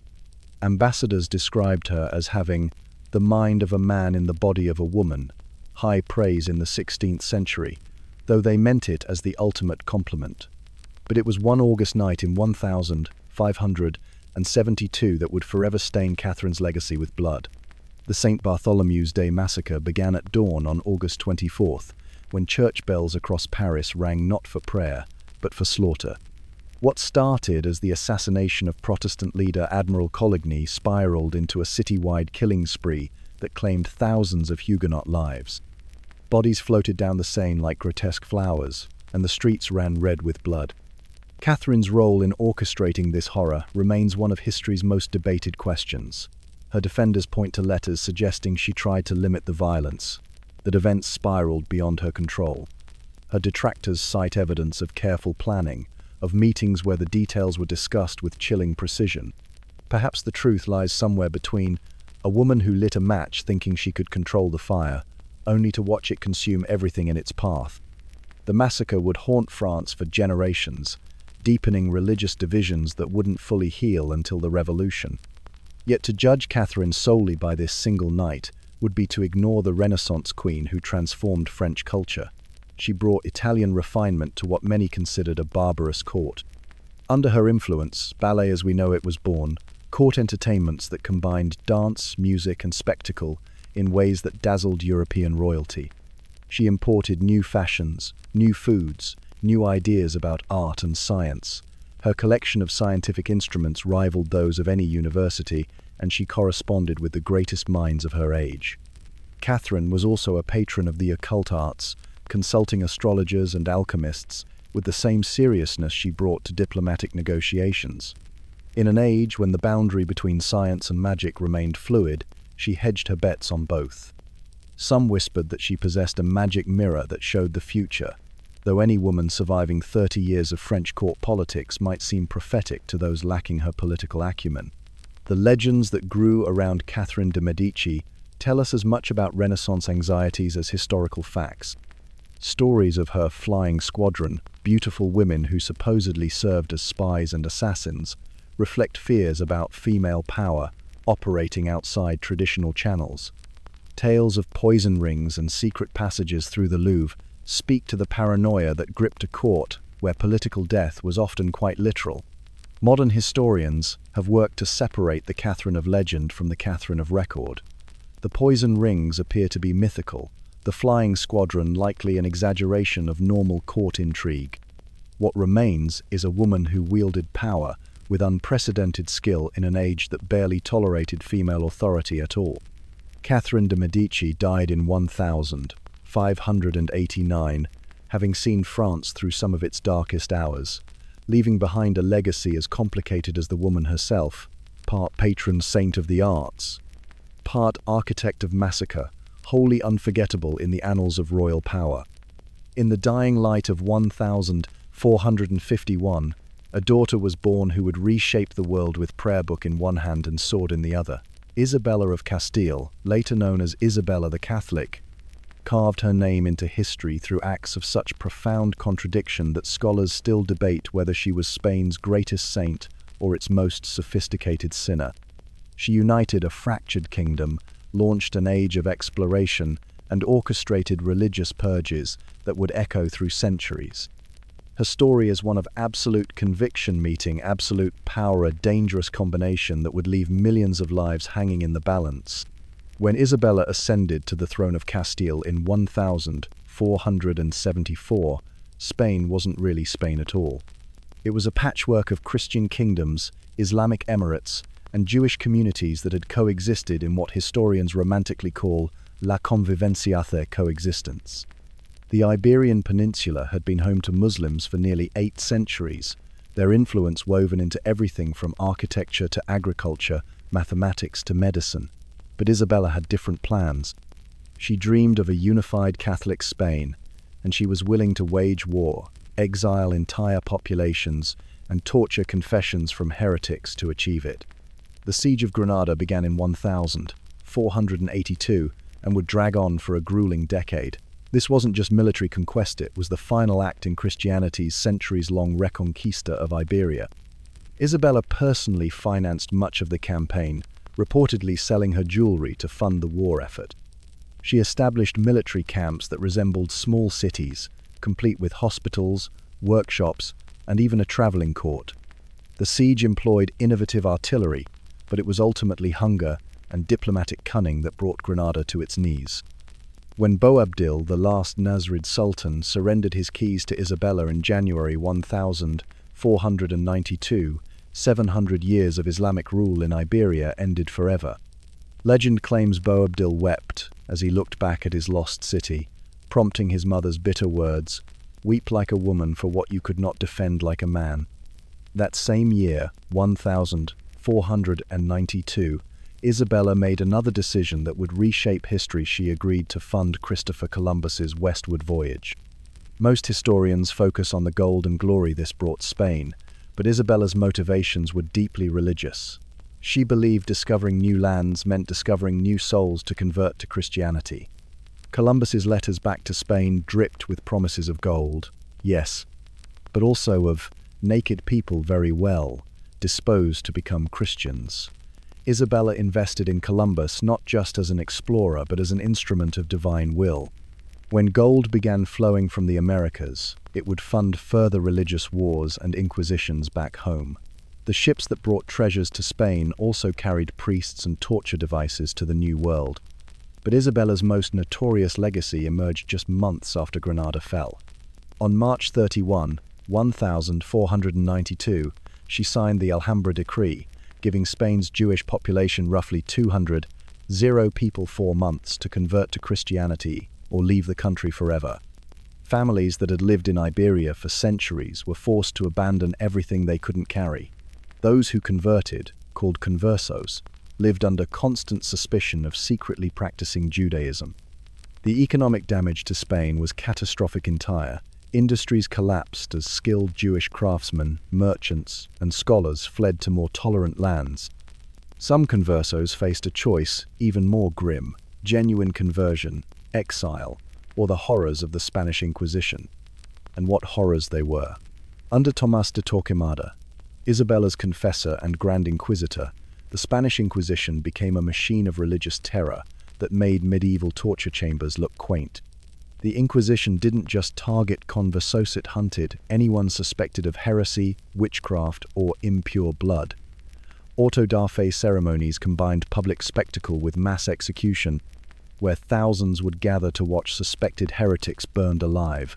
Torquemada himself may have overseen the execution of over 20 people and the torture of many thousands more. Isabella gave him full papal authority and royal backing, turning religious zealotry into state policy. The Inquisition's records, meticulously kept, reveal a bureaucracy of cruelty that prosecuted everyone from teenage girls accused of witchcraft to elderly scholars suspected of harboring Jewish sympathies. Through marriage to Ferdinand of Aragon and conquest of Granada, Isabella achieved her dream of Spanish unification under one crown and one faith. But this unity came at an extraordinary human cost. Modern historians estimate that hundreds of thousands died or fled during her reign, while millions more lived in terror of religious persecution. Yet Isabella was canonized by some, her supporters citing her role in spreading Christianity and unifying Spain. Her legacy remains magnificently contradictory: a queen who launched the golden age of Spanish exploration while simultaneously creating one of history's most efficient machines of religious intolerance. Isabella died in 1504, reportedly requesting that her tomb remain simple and her conscience clear. History has been less forgiving than her confessor. The same cross and sword that she wielded to create Spain also carved deep wounds in its soul, scars that would take centuries to heal. King Radama I, the modernizing monarch who'd been cozying up to the British and letting missionaries run around converting people, has suddenly died. His widow, Rana Valona, wasn't exactly in line for the throne. In fact, she wasn't in line at all. But through a series of palace intrigues that would make Cersei Lannister proud, she managed to seize power and immediately announced her intentions. Spoiler alert, those intentions involved a lot of death. Rana Valona's first order of business was what historians politely call consolidating power, which is a fancy way of saying she murdered anyone who might have objected to her rule. The Marina nobility, who had grown comfortable under Radama's relatively liberal reign, found themselves facing a queen who viewed political opposition the way most people view expired milk. She didn't just execute potential rivals, she systematically dismantled entire family lines, ensuring that no one with a claim to legitimacy would be left to challenge her. It was thorough, it was brutal, and it worked. Within months, the court had gone from a place of political maneuvering to a place where people whispered prayers and avoided eye contact. But Rana Valona's true genius for terror lay in her revival of the Tangina ordeal. Picture a judicial system, but instead of lawyers and evidence, you have poison and divine judgment. The Tangina was a trial by ordeal where suspected criminals or political enemies were forced to drink a concoction made from the Tangina nut. Survive? You're innocent. Die horribly? Well, the ancestors have spoken. Previous rulers had largely abandoned this practice, but Rana Valona brought it back with enthusiasm that bordered on artistic. She didn't just use it for suspected criminals, she used it for anyone she didn't like, anyone who looked at her wrong, or anyone who happened to be in her way on a Tuesday. Some estimates suggest that during her reign, Madagascar's population declined by a third. That's not war, That's not famine, that's systematic terror elevated to an art form. European diplomats, who had grown accustomed to having influence in Madagascar under Radama I, quickly discovered that Ranavalona had all the diplomatic flexibility of a brick wall. She expelled missionaries, banned Christianity, and told European powers exactly where they could stick their treaties. When the British tried to maintain their foothold, she basically laughed in their faces and dared them to try something. And when they did try somethings, ending a naval expedition in 1845, she proved that she was more than capable of handling European military technology with good old-fashioned brutality and strategic savvy. The expedition failed spectacularly, and Ranavalona's reputation as someone you definitely didn't want to mess with was cemented internationally. Of course, all this political maneuvering required impressive backdrops, so Ranavalona embarked on massive construction projects that made the pyramids look like garden sheds. She forced thousands of her subjects into labor building, elaborate palaces and roads, projects that consumed lives like a slow-motion catastrophe. The road from the capital to the eastern coast alone killed an estimated 100 workers. That's not a Taipu 100,000 people died building a road. But what a road it was, apparently. The Queen's palaces were monuments to excess that could be seen for miles, built literally on the bones of her subjects. It was architecture as terrorism, construction as conquest. When Ranavalona finally died in 1861, after 33 years of rule that redefined the concept of iron-fisted leadership, the succession was surprisingly smooth. Her son, Radama II, immediately set about undoing most of his mother's policies, which tells you everything you need to know about how popular she'd been. But here's the thing about Ranavalona I. History has mythologized her into the Mad Queen of Madagascar, as if her brutality was the product of insanity rather than calculated political strategy. She wasn't mad. She was terrifyingly competent. She successfully resisted European colonization for over 3 decades, maintained absolute control over her kingdom, and created a legacy that European powers remembered long after her death. The madness wasn't in her methods. The madness was in thinking anyone could do what she did and remain entirely sane. Angola in the early 1600s, where the Atlantic slave trade was turning human lives into Portuguese profit margins. Into this chaos stepped a woman who would become one of Africa's most controversial rulers. Queen Zinga inherited a kingdom under siege, where Portuguese colonizers weren't content with coastal trading posts anymore. They wanted the whole continent. Her brother had tried diplomacy and failed, leaving behind a realm bleeding people to slave ships. When Zinga took power in 1624, she faced an impossible choice: submit to becoming a Portuguese vassal state, or fight a war she couldn't possibly win through conventional means. She chose a third option, becoming so ruthlessly unpredictable that even her enemies couldn't figure out her next move. The legend begins with a chair. When Portuguese officials summoned Nzinga for negotiations, they provided seats for themselves but expected her to sit on the floor, a deliberate humiliation. Instead, she ordered one of her attendants to get on hands and knees, and used him as a human throne throughout the entire meeting. It was psychological warfare at its finest, establishing dominance through sheer audacity. But Nzinga's most shocking diplomatic move came next. She agreed to be baptized as a Christian, taking the name Ana de Souza. To the Portuguese, this looked like submission. To Nzinga, it was pure strategy, gaining legitimacy in European eyes while buying time to plan her real response. When diplomacy inevitably failed, Nzinga made a decision that still sparks historical debate. She allied herself with the Imbangala, notorious slave raiders and cannibals. These weren't the kind of allies that win you humanitarian awards, but they were experts in unconventional warfare. Together, they perfected scorched earth tactics that made Portuguese expansion incredibly costly. When facing superior Portuguese firearms, Nzinga would order her people to abandon their settlements completely, burning everything useful and retreating into the jungle. The Portuguese could claim empty villages, but controlling them was impossible. For nearly 3 decades, this strategy kept her kingdom independent, though at a terrible human cost. The most legendary and possibly embellished story about Nzinga involves a throne made from a rival's severed head. During a battlefield victory, She allegedly had an enemy king decapitated and used his head as a footstool while conducting military briefings. Whether this actually happened or was Portuguese propaganda is debatable, but it perfectly captured her reputation for psychological warfare. She understood that sometimes the threat of extreme violence could achieve more than the violence itself.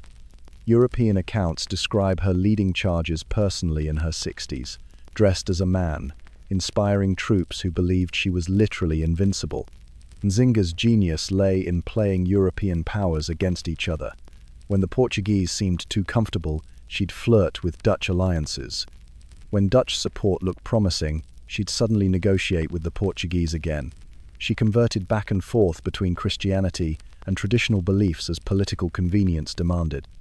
In 1641, she allied with the Dutch, helping them capture Luanda from the Portuguese.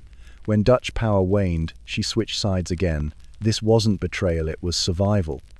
Every alliance was temporary, every treaty a stepping stone to maintaining her kingdom's independence in an age when most African rulers were becoming Portuguese puppets. Near the end of her life, Nzinga underwent another religious conversion, this time apparently genuine. European missionaries portrayed this as redemption, the savage queen finally finding civilization through Christianity. But modern historians debate whether she was ever the monster colonial sources described, or whether these stories were propaganda to justify Portuguese aggression. Was she a liberation heroine fighting colonialism with the only tools available, or was she a brutal warlord who sacrificed countless lives for personal power?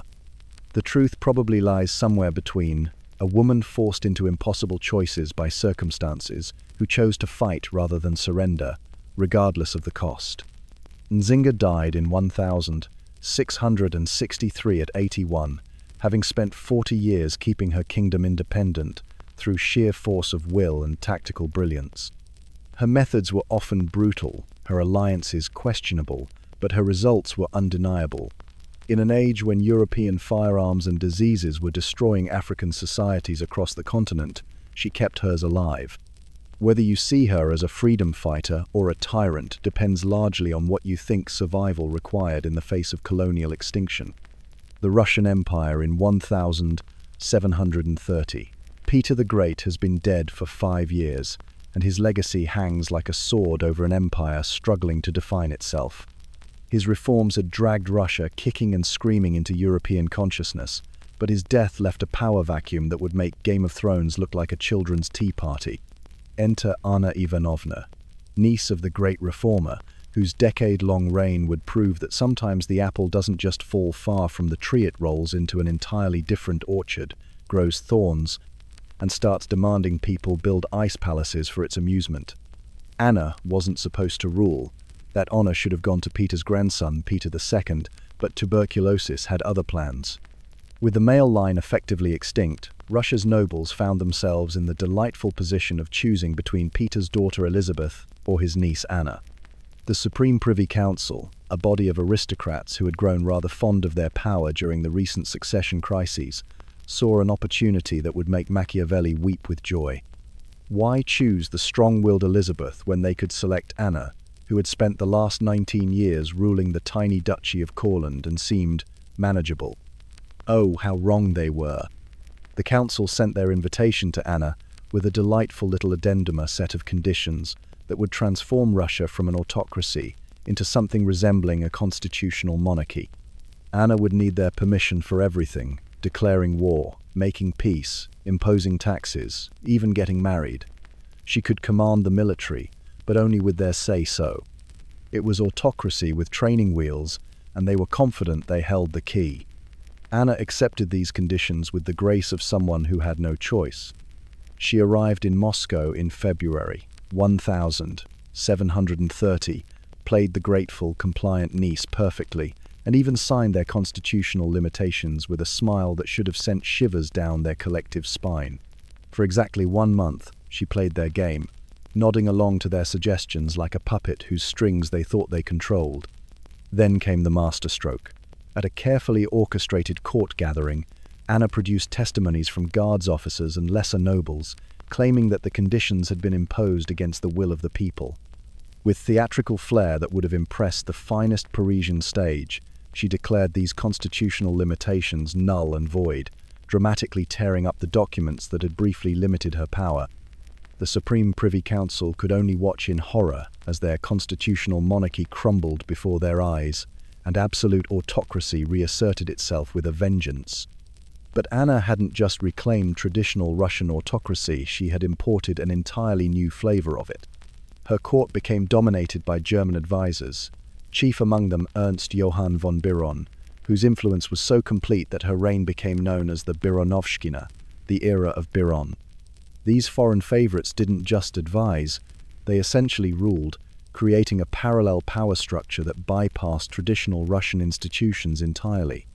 The old Muscovite nobility found themselves increasingly marginalized, their ancient privileges trampled under the elegant German boots of Anna's inner circle.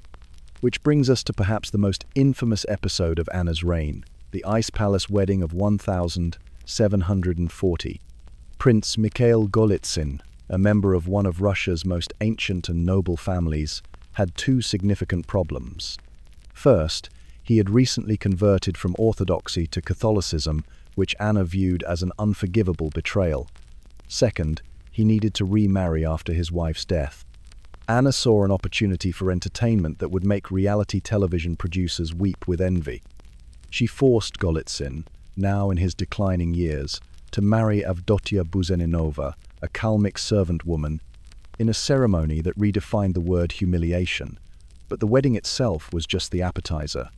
The main course was the Ice Palacia full-scale palace carved entirely from ice blocks, complete with ice furniture, ice cooking utensils, even ice cannons that actually fired. The newlyweds were forced to spend their wedding night in this frozen monument to imperial cruelty, where the temperature dropped so low that survival itself became uncertain. Guards surrounded the palace to ensure they actually stayed inside. It was performance art meets torture chamber, a crystalline symbol of Anna's particular brand of creative vindictiveness. This wasn't just cruel theatre, it reflected a broader system of terror that Anna had established throughout her realm. Her secret police network expanded dramatically, creating an atmosphere where denunciation could come from anywhere and anyone. Torture chambers saw regular use, and the road to Siberian exile became as well-traveled as the trade routes to Europe. Thousands found themselves swept up in political purges, their only crime being perceived opposition to Anna's rule or her German favorites. Yet while her subjects suffered, Anna lived in unprecedented luxury. Court expenditures reached astronomical levels as she surrounded herself with German luxury and European excess. Her courtiers competed in displays of wealth that would have made Versailles look positively modest. When Anna died in 1740, she left behind a transformed Russia, though perhaps not in the way Peter the Great might have intended. Her complete rejection of constitutional limits and her embrace of unchecked autocracy established precedents that would echo through Russian history. More immediately, her reign created the conditions that would eventually bring her successor, Elizabeth, to power through a palace coup that rejected foreign influence. Elizabeth, and later Catherine the Great, would build their legitimacy partly by positioning themselves as Russian alternatives to Anna's German-dominated court. In trying to contain Russian autocracy, the nobles had accidentally enabled its most absolute expression yet and, in the process, paved the road for the very empresses they had tried to prevent from ruling. Anna Ivanovna's legacy is one of missed opportunities and creative cruelty, of ice palaces built to humiliate and power structures designed to subjugate. She proved that sometimes the most dangerous rulers aren't the obvious tyrants, but the overlooked relatives who smile sweetly while sharpening very large knives, in this case, carving very large ice blocks. A 17-year-old girl entering the Forbidden City in 1852, one of hundreds of young women brought to serve in the imperial harem. Her name was Yehenera, later known as Sixi, and she had no way of knowing she would become one of history's most controversial rulers. Born into a minor Manchu family, she possessed what palace observers called exceptional beauty and quick wit, qualities that would prove far more dangerous than anyone imagined. Within 3 years, she had caught the eye of Emperor Shanfeng and borne him his only surviving son. In a court where influence flowed like water through carefully constructed channels, Cixi had positioned herself at the source. When Xianfeng died in 1861, leaving behind a 5-year-old heir, the stage was set for a power struggle that would reshape China's destiny for the next half-century. The Xinyu Palace coup of 1861 was a masterclass in political maneuvering that would make Machiavelli weep with envy. 8 powerful regents had been appointed to guide the child emperor, but Cixi had other plans. Working with the Empress Dowager Qian and Prince Gong, she orchestrated a swift takeover that eliminated the regent council in a single bloodless stroke. The key to their success lay in controlling the imperial seals, those small but mighty stamps that validated any imperial decree. Without them, the regent's authority was worthless. Cixi had secured them through a combination of cunning and carefully placed allies.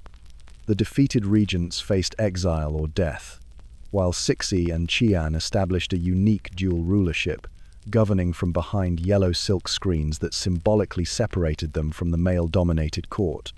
For nearly 2 decades, these 2 women would rule the world's most populous empire. Though Cixi increasingly emerged as the dominant partner, her political instincts sharper than a Damascus blade. China in the 1860s faced threats that would have broken lesser leaders. The Taiping Rebellion had devastated the southern provinces, leaving 20 million dead and the economy in ruins. The Nian Rebellion plagued the north, while Muslim uprisings erupted in the west. Cixi supported generals like Zheng Guofan and Li Hongzhang, who eventually crushed these rebellions, but at enormous cost. Simultaneously, she faced the challenge of China's humiliating defeats in the Opium Wars, which had forced the empire to open its doors to foreign trade and influence. The self-strengthening movement emerged as China's answer modernizing military technology and industry while maintaining traditional Confucian values. Cixi found herself walking a tightrope, embracing foreign innovations like steamships and telegraphs, while appeasing conservatives who saw such changes as threats to Chinese civilization. She supported the construction of arsenals and shipyards, yet remained skeptical of deeper reforms that might destabilize her rule. This contradiction would haunt her reign. China gained modern weapons, but not the institutional changes needed to wield them effectively. The 1880s brought scandal that would forever stain Cixi's reputation. Naval funds intended to modernize China's fleet allegedly found their way into the reconstruction of the Summer Palace, Cixi's beloved retreat outside Beijing. Whether she directly embezzled these funds remains debated, but the optics were devastating. When war with Japan erupted in 1894, China's supposedly modern navy proved woefully inadequate. The Beiyang fleet, despite impressive-looking battleships, suffered catastrophic defeats. Chinese commanders, many appointed through patronage rather than merit, made tactical blunders that turned manageable engagements into disasters. The Treaty of Shimonoseki that ended the war forced China to cede Taiwan and pay crushing indemnities. For a civilization that had long viewed Japan as a cultural inferior, the defeat was especially humiliating. Cixi, who had initially supported the war, found herself blamed for the military's failures and the corruption that had weakened China's defenses. The Boxer Rebellion of 1899–1900 became Cixi's final and most dangerous gamble. The Boxers, a secret society claiming magical immunity to bullets, initially opposed the Qing dynasty. But Cixi, influenced by xenophobic advisors and her own frustration with foreign interference, decided to support them against the Western powers. The siege of the foreign legations in Beijing created an international crisis.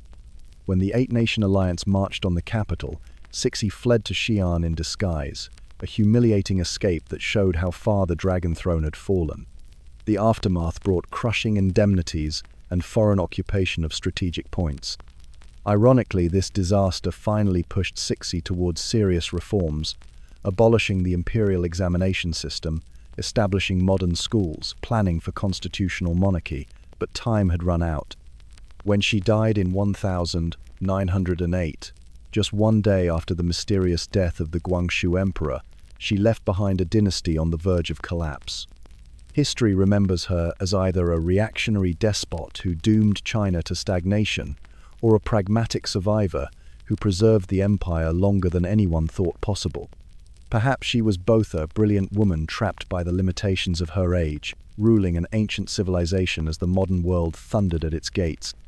In the gilded corridors of Portuguese palaces, where shadows dance with secrets and power whispers through tapestried walls, there lived a queen whose story blurs the line between sainthood and madness. Maria I, who would earn the title Maria the Pious before becoming known as Maria the Mad, began her reign in 1777 with the fervor of a true believer and the heart of a reformer. Picture young Maria, draped in religious medals, spending hours in prayer before dawn broke over Lisbon's terracotta rooftops. Her devotion wasn't mere performance, it was bone-deep, soul-stirring faith that would shape every decision she made. When she ascended to the throne, she immediately set about undoing her father's more autocratic policies, believing that good governance was a divine calling. She freed political prisoners, eased censorship, and even abolished torture, declaring it incompatible with Christian mercy. The common people, long crushed under the weight of royal indifference, began to whisper her name with something approaching love. But Maria wasn't content with mere popularity. She embraced the Enlightenment ideals sweeping across Europe, establishing schools, promoting scientific advancement, and encouraging trade. She supported the arts with a passionate intensity, believing that culture elevated the soul. The Royal Academy of Sciences blossomed under her patronage, and Lisbon began to rival Paris as a center of learning. Foreign ambassadors wrote home with amazement about this Portuguese queen who could discuss philosophy as easily as she could navigate the intricacies of court etiquette. Portugal, long seen as a backward corner of Europe, suddenly seemed poised for a golden age. Then the darkness began to creep in. First came the death of her beloved husband, Pedro III, in 1786. Maria had loved him with an uncommon intensity for a royal marriage. They had been uncle and niece, but also genuine companions. His loss left a void that prayer couldn't fill. Within months, her eldest son José followed his father to the grave, the heir to the throne dying at just 27. The royal crypts filled with her loved ones. Her daughter Maria Clementina, her confessor, her closest advisor's death seemed to stalk the Portuguese court with unusual hunger. As if personal tragedy weren't enough, Brazil's gold mines, the economic lifeblood of the empire, began to fail.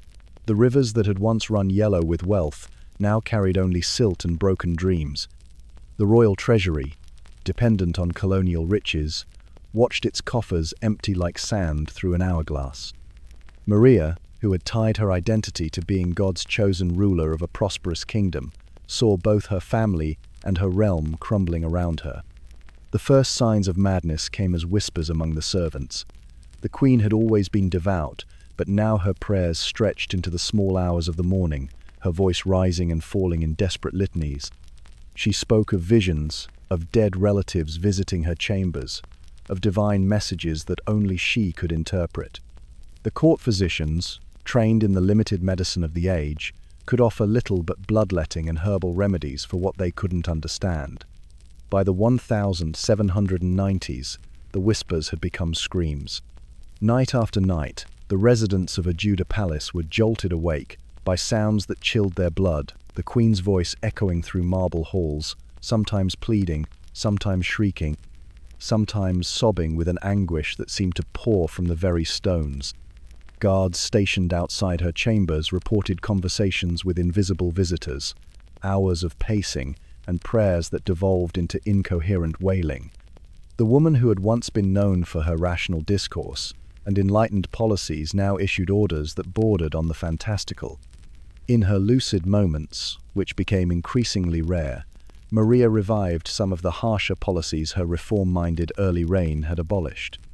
The Inquisition, which she had previously restrained, received new orders to investigate heresy with renewed vigor. Religious minorities felt the weight of suspicion once more. It was as if two different queens inhabited the same body, the enlightened reformer and the fearful zealot battling for control of Portugal's destiny. Prince João, her surviving son, watched his mother's deterioration with growing alarm. By 1792, he had effectively assumed the regency, though Maria retained the title of queen. The court, once vibrant with intellectual discourse and cultural pursuits, became a place of hushed voices and worried glances.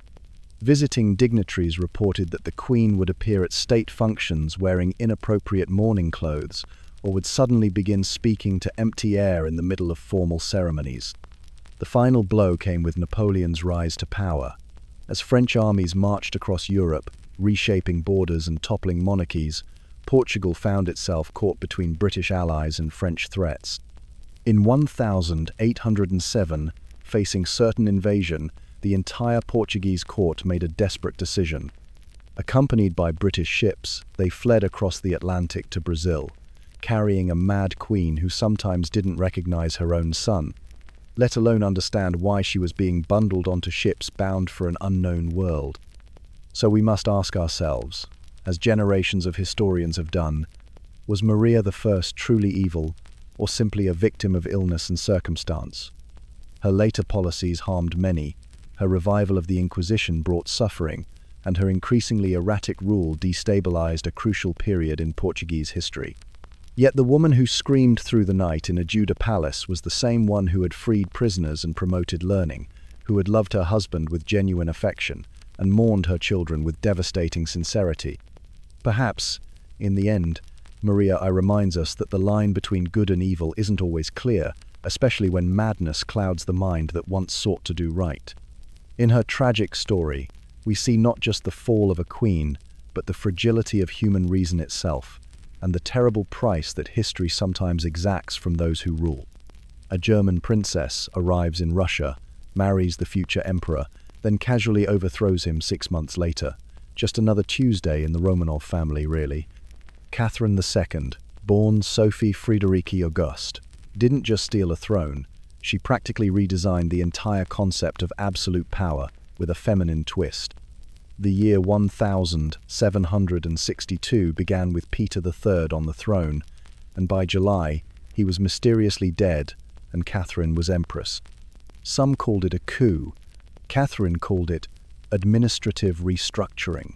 She'd spent years cultivating relationships with the Imperial Guard, learning Russian while her husband collected toy soldiers, and generally behaving like someone who actually wanted to rule Russia rather than turn it into Prussia's junior partner. The guards didn't need much convincing. Peter had managed to alienate the military, the nobility, and the Orthodox Church in record time. When Catherine appeared in a guard uniform, promising to restore Russian pride, they practically carried her to the Winter Palace on their shoulders. Peter abdicated so quickly you'd think the throne was on fire. A week later, he was dead under suspicious circumstances. Catherine expressed appropriate grief while quietly moving into his office. But Catherine wasn't content with just surviving palace intrigue. She had empires to build. Her reign became a masterclass in aggressive expansion disguised as defensive necessity. The Russo-Turkish wars weren't just about territorial gains, they were about Catherine's vision of Russia as a European great power with a Mediterranean coastline. The conquest of Crimea in 1783 was particularly elegant. Rather than direct invasion, Catherine orchestrated a complex diplomatic dance that ended with Crimea voluntarily joining Russia. The Ottomans were less than thrilled, but by then Russian forces were already measuring the peninsula for new curtains. Catherine celebrated by founding Sebastopol, because nothing says, "This is definitely ours now," like building a naval base. Then came the partitions of Poland, a diplomatic feast where Russia, Prussia, and Austria carved up their neighbor like a Christmas turkey. Catherine took the eastern portions, approximately 60% of Polish territory, while expressing deep regret about the necessity of such measures. Poland apparently had committed the unforgivable sin of existing inconveniently between great powers. However, expansion brought its own problems. The Pugachev Rebellion of 1773–1775 saw a Cossack claiming to be the real Peter III, leading a massive peasant uprising. For 2 years, Yemelyan Pugachev controlled vast swaths of southeastern Russia, promising freedom from serfdom and an end to noble privilege. Catherine's response was swift and merciless. She deployed the same military efficiency that conquered Crimea against her own subjects. Pugachev was captured, brought to Moscow in a cage, and executed. But Catherine's real masterstroke was what followed. Instead of loosening restrictions to prevent future rebellions, she tightened the screws of serfdom even further. The 1785 Charter to the Nobility essentially formalized serfdom as hereditary slavery while guaranteeing noble privileges. Catherine understood that the nobility were her power base, and keeping them happy meant keeping their serfs firmly under control. Liberty, evidently, was a luxury reserved for those who could afford palaces. This created a fascinating contradiction. Catherine corresponded with Voltaire, bought Diderot's library, and fashioned herself as an enlightened despot. She wrote her own legal code, the Nakaz, filled with progressive ideas about justice and governance. Yet when the French Revolution erupted, bringing Enlightenment ideals into terrifying practice, Catherine's tolerance for philosophical discussion evaporated instantly. Suddenly, books were banned, borders were sealed, and anyone mentioning liberty or equality found themselves on an express journey to Siberia. Catherine had learned the lesson of Marie Antoinette. Enlightenment talk was fine for salon conversation, but revolution was quite another matter. The same woman who debated legal philosophy with European intellectuals now treated their writings like infectious diseases. The myths surrounding Catherine are almost as interesting as the reality. Enemies spread stories of sexual excess and bizarre proclivities, attempting to diminish her political achievements through salacious gossip. The truth was far more prosaic. Catherine was politically ruthless, personally disciplined, and brilliant at public relations. She transformed Russia from a regional power into a European empire, added 200 square miles to its territory, and established cultural institutions that outlasted the Romanov dynasty. Her court became a center of learning and arts, even as her laws ensured millions remained in bondage. Catherine the Great died in 1796, aged 67, having ruled for 34 years. She'd outlasted enemies, lovers, and most of her fellow monarchs. Her empire stretched from the Baltic to the Black Sea, her cultural legacy filled museums, and her political system would endure for another century. Was she evil? She certainly wasn't squeamish about violence, oppression, or territorial theft. But she was also a remarkable woman who seized power in a man's world and wielded it more effectively than most of her male contemporaries. In the end, perhaps that's the most dangerous thing of all: competent tyranny with excellent PR.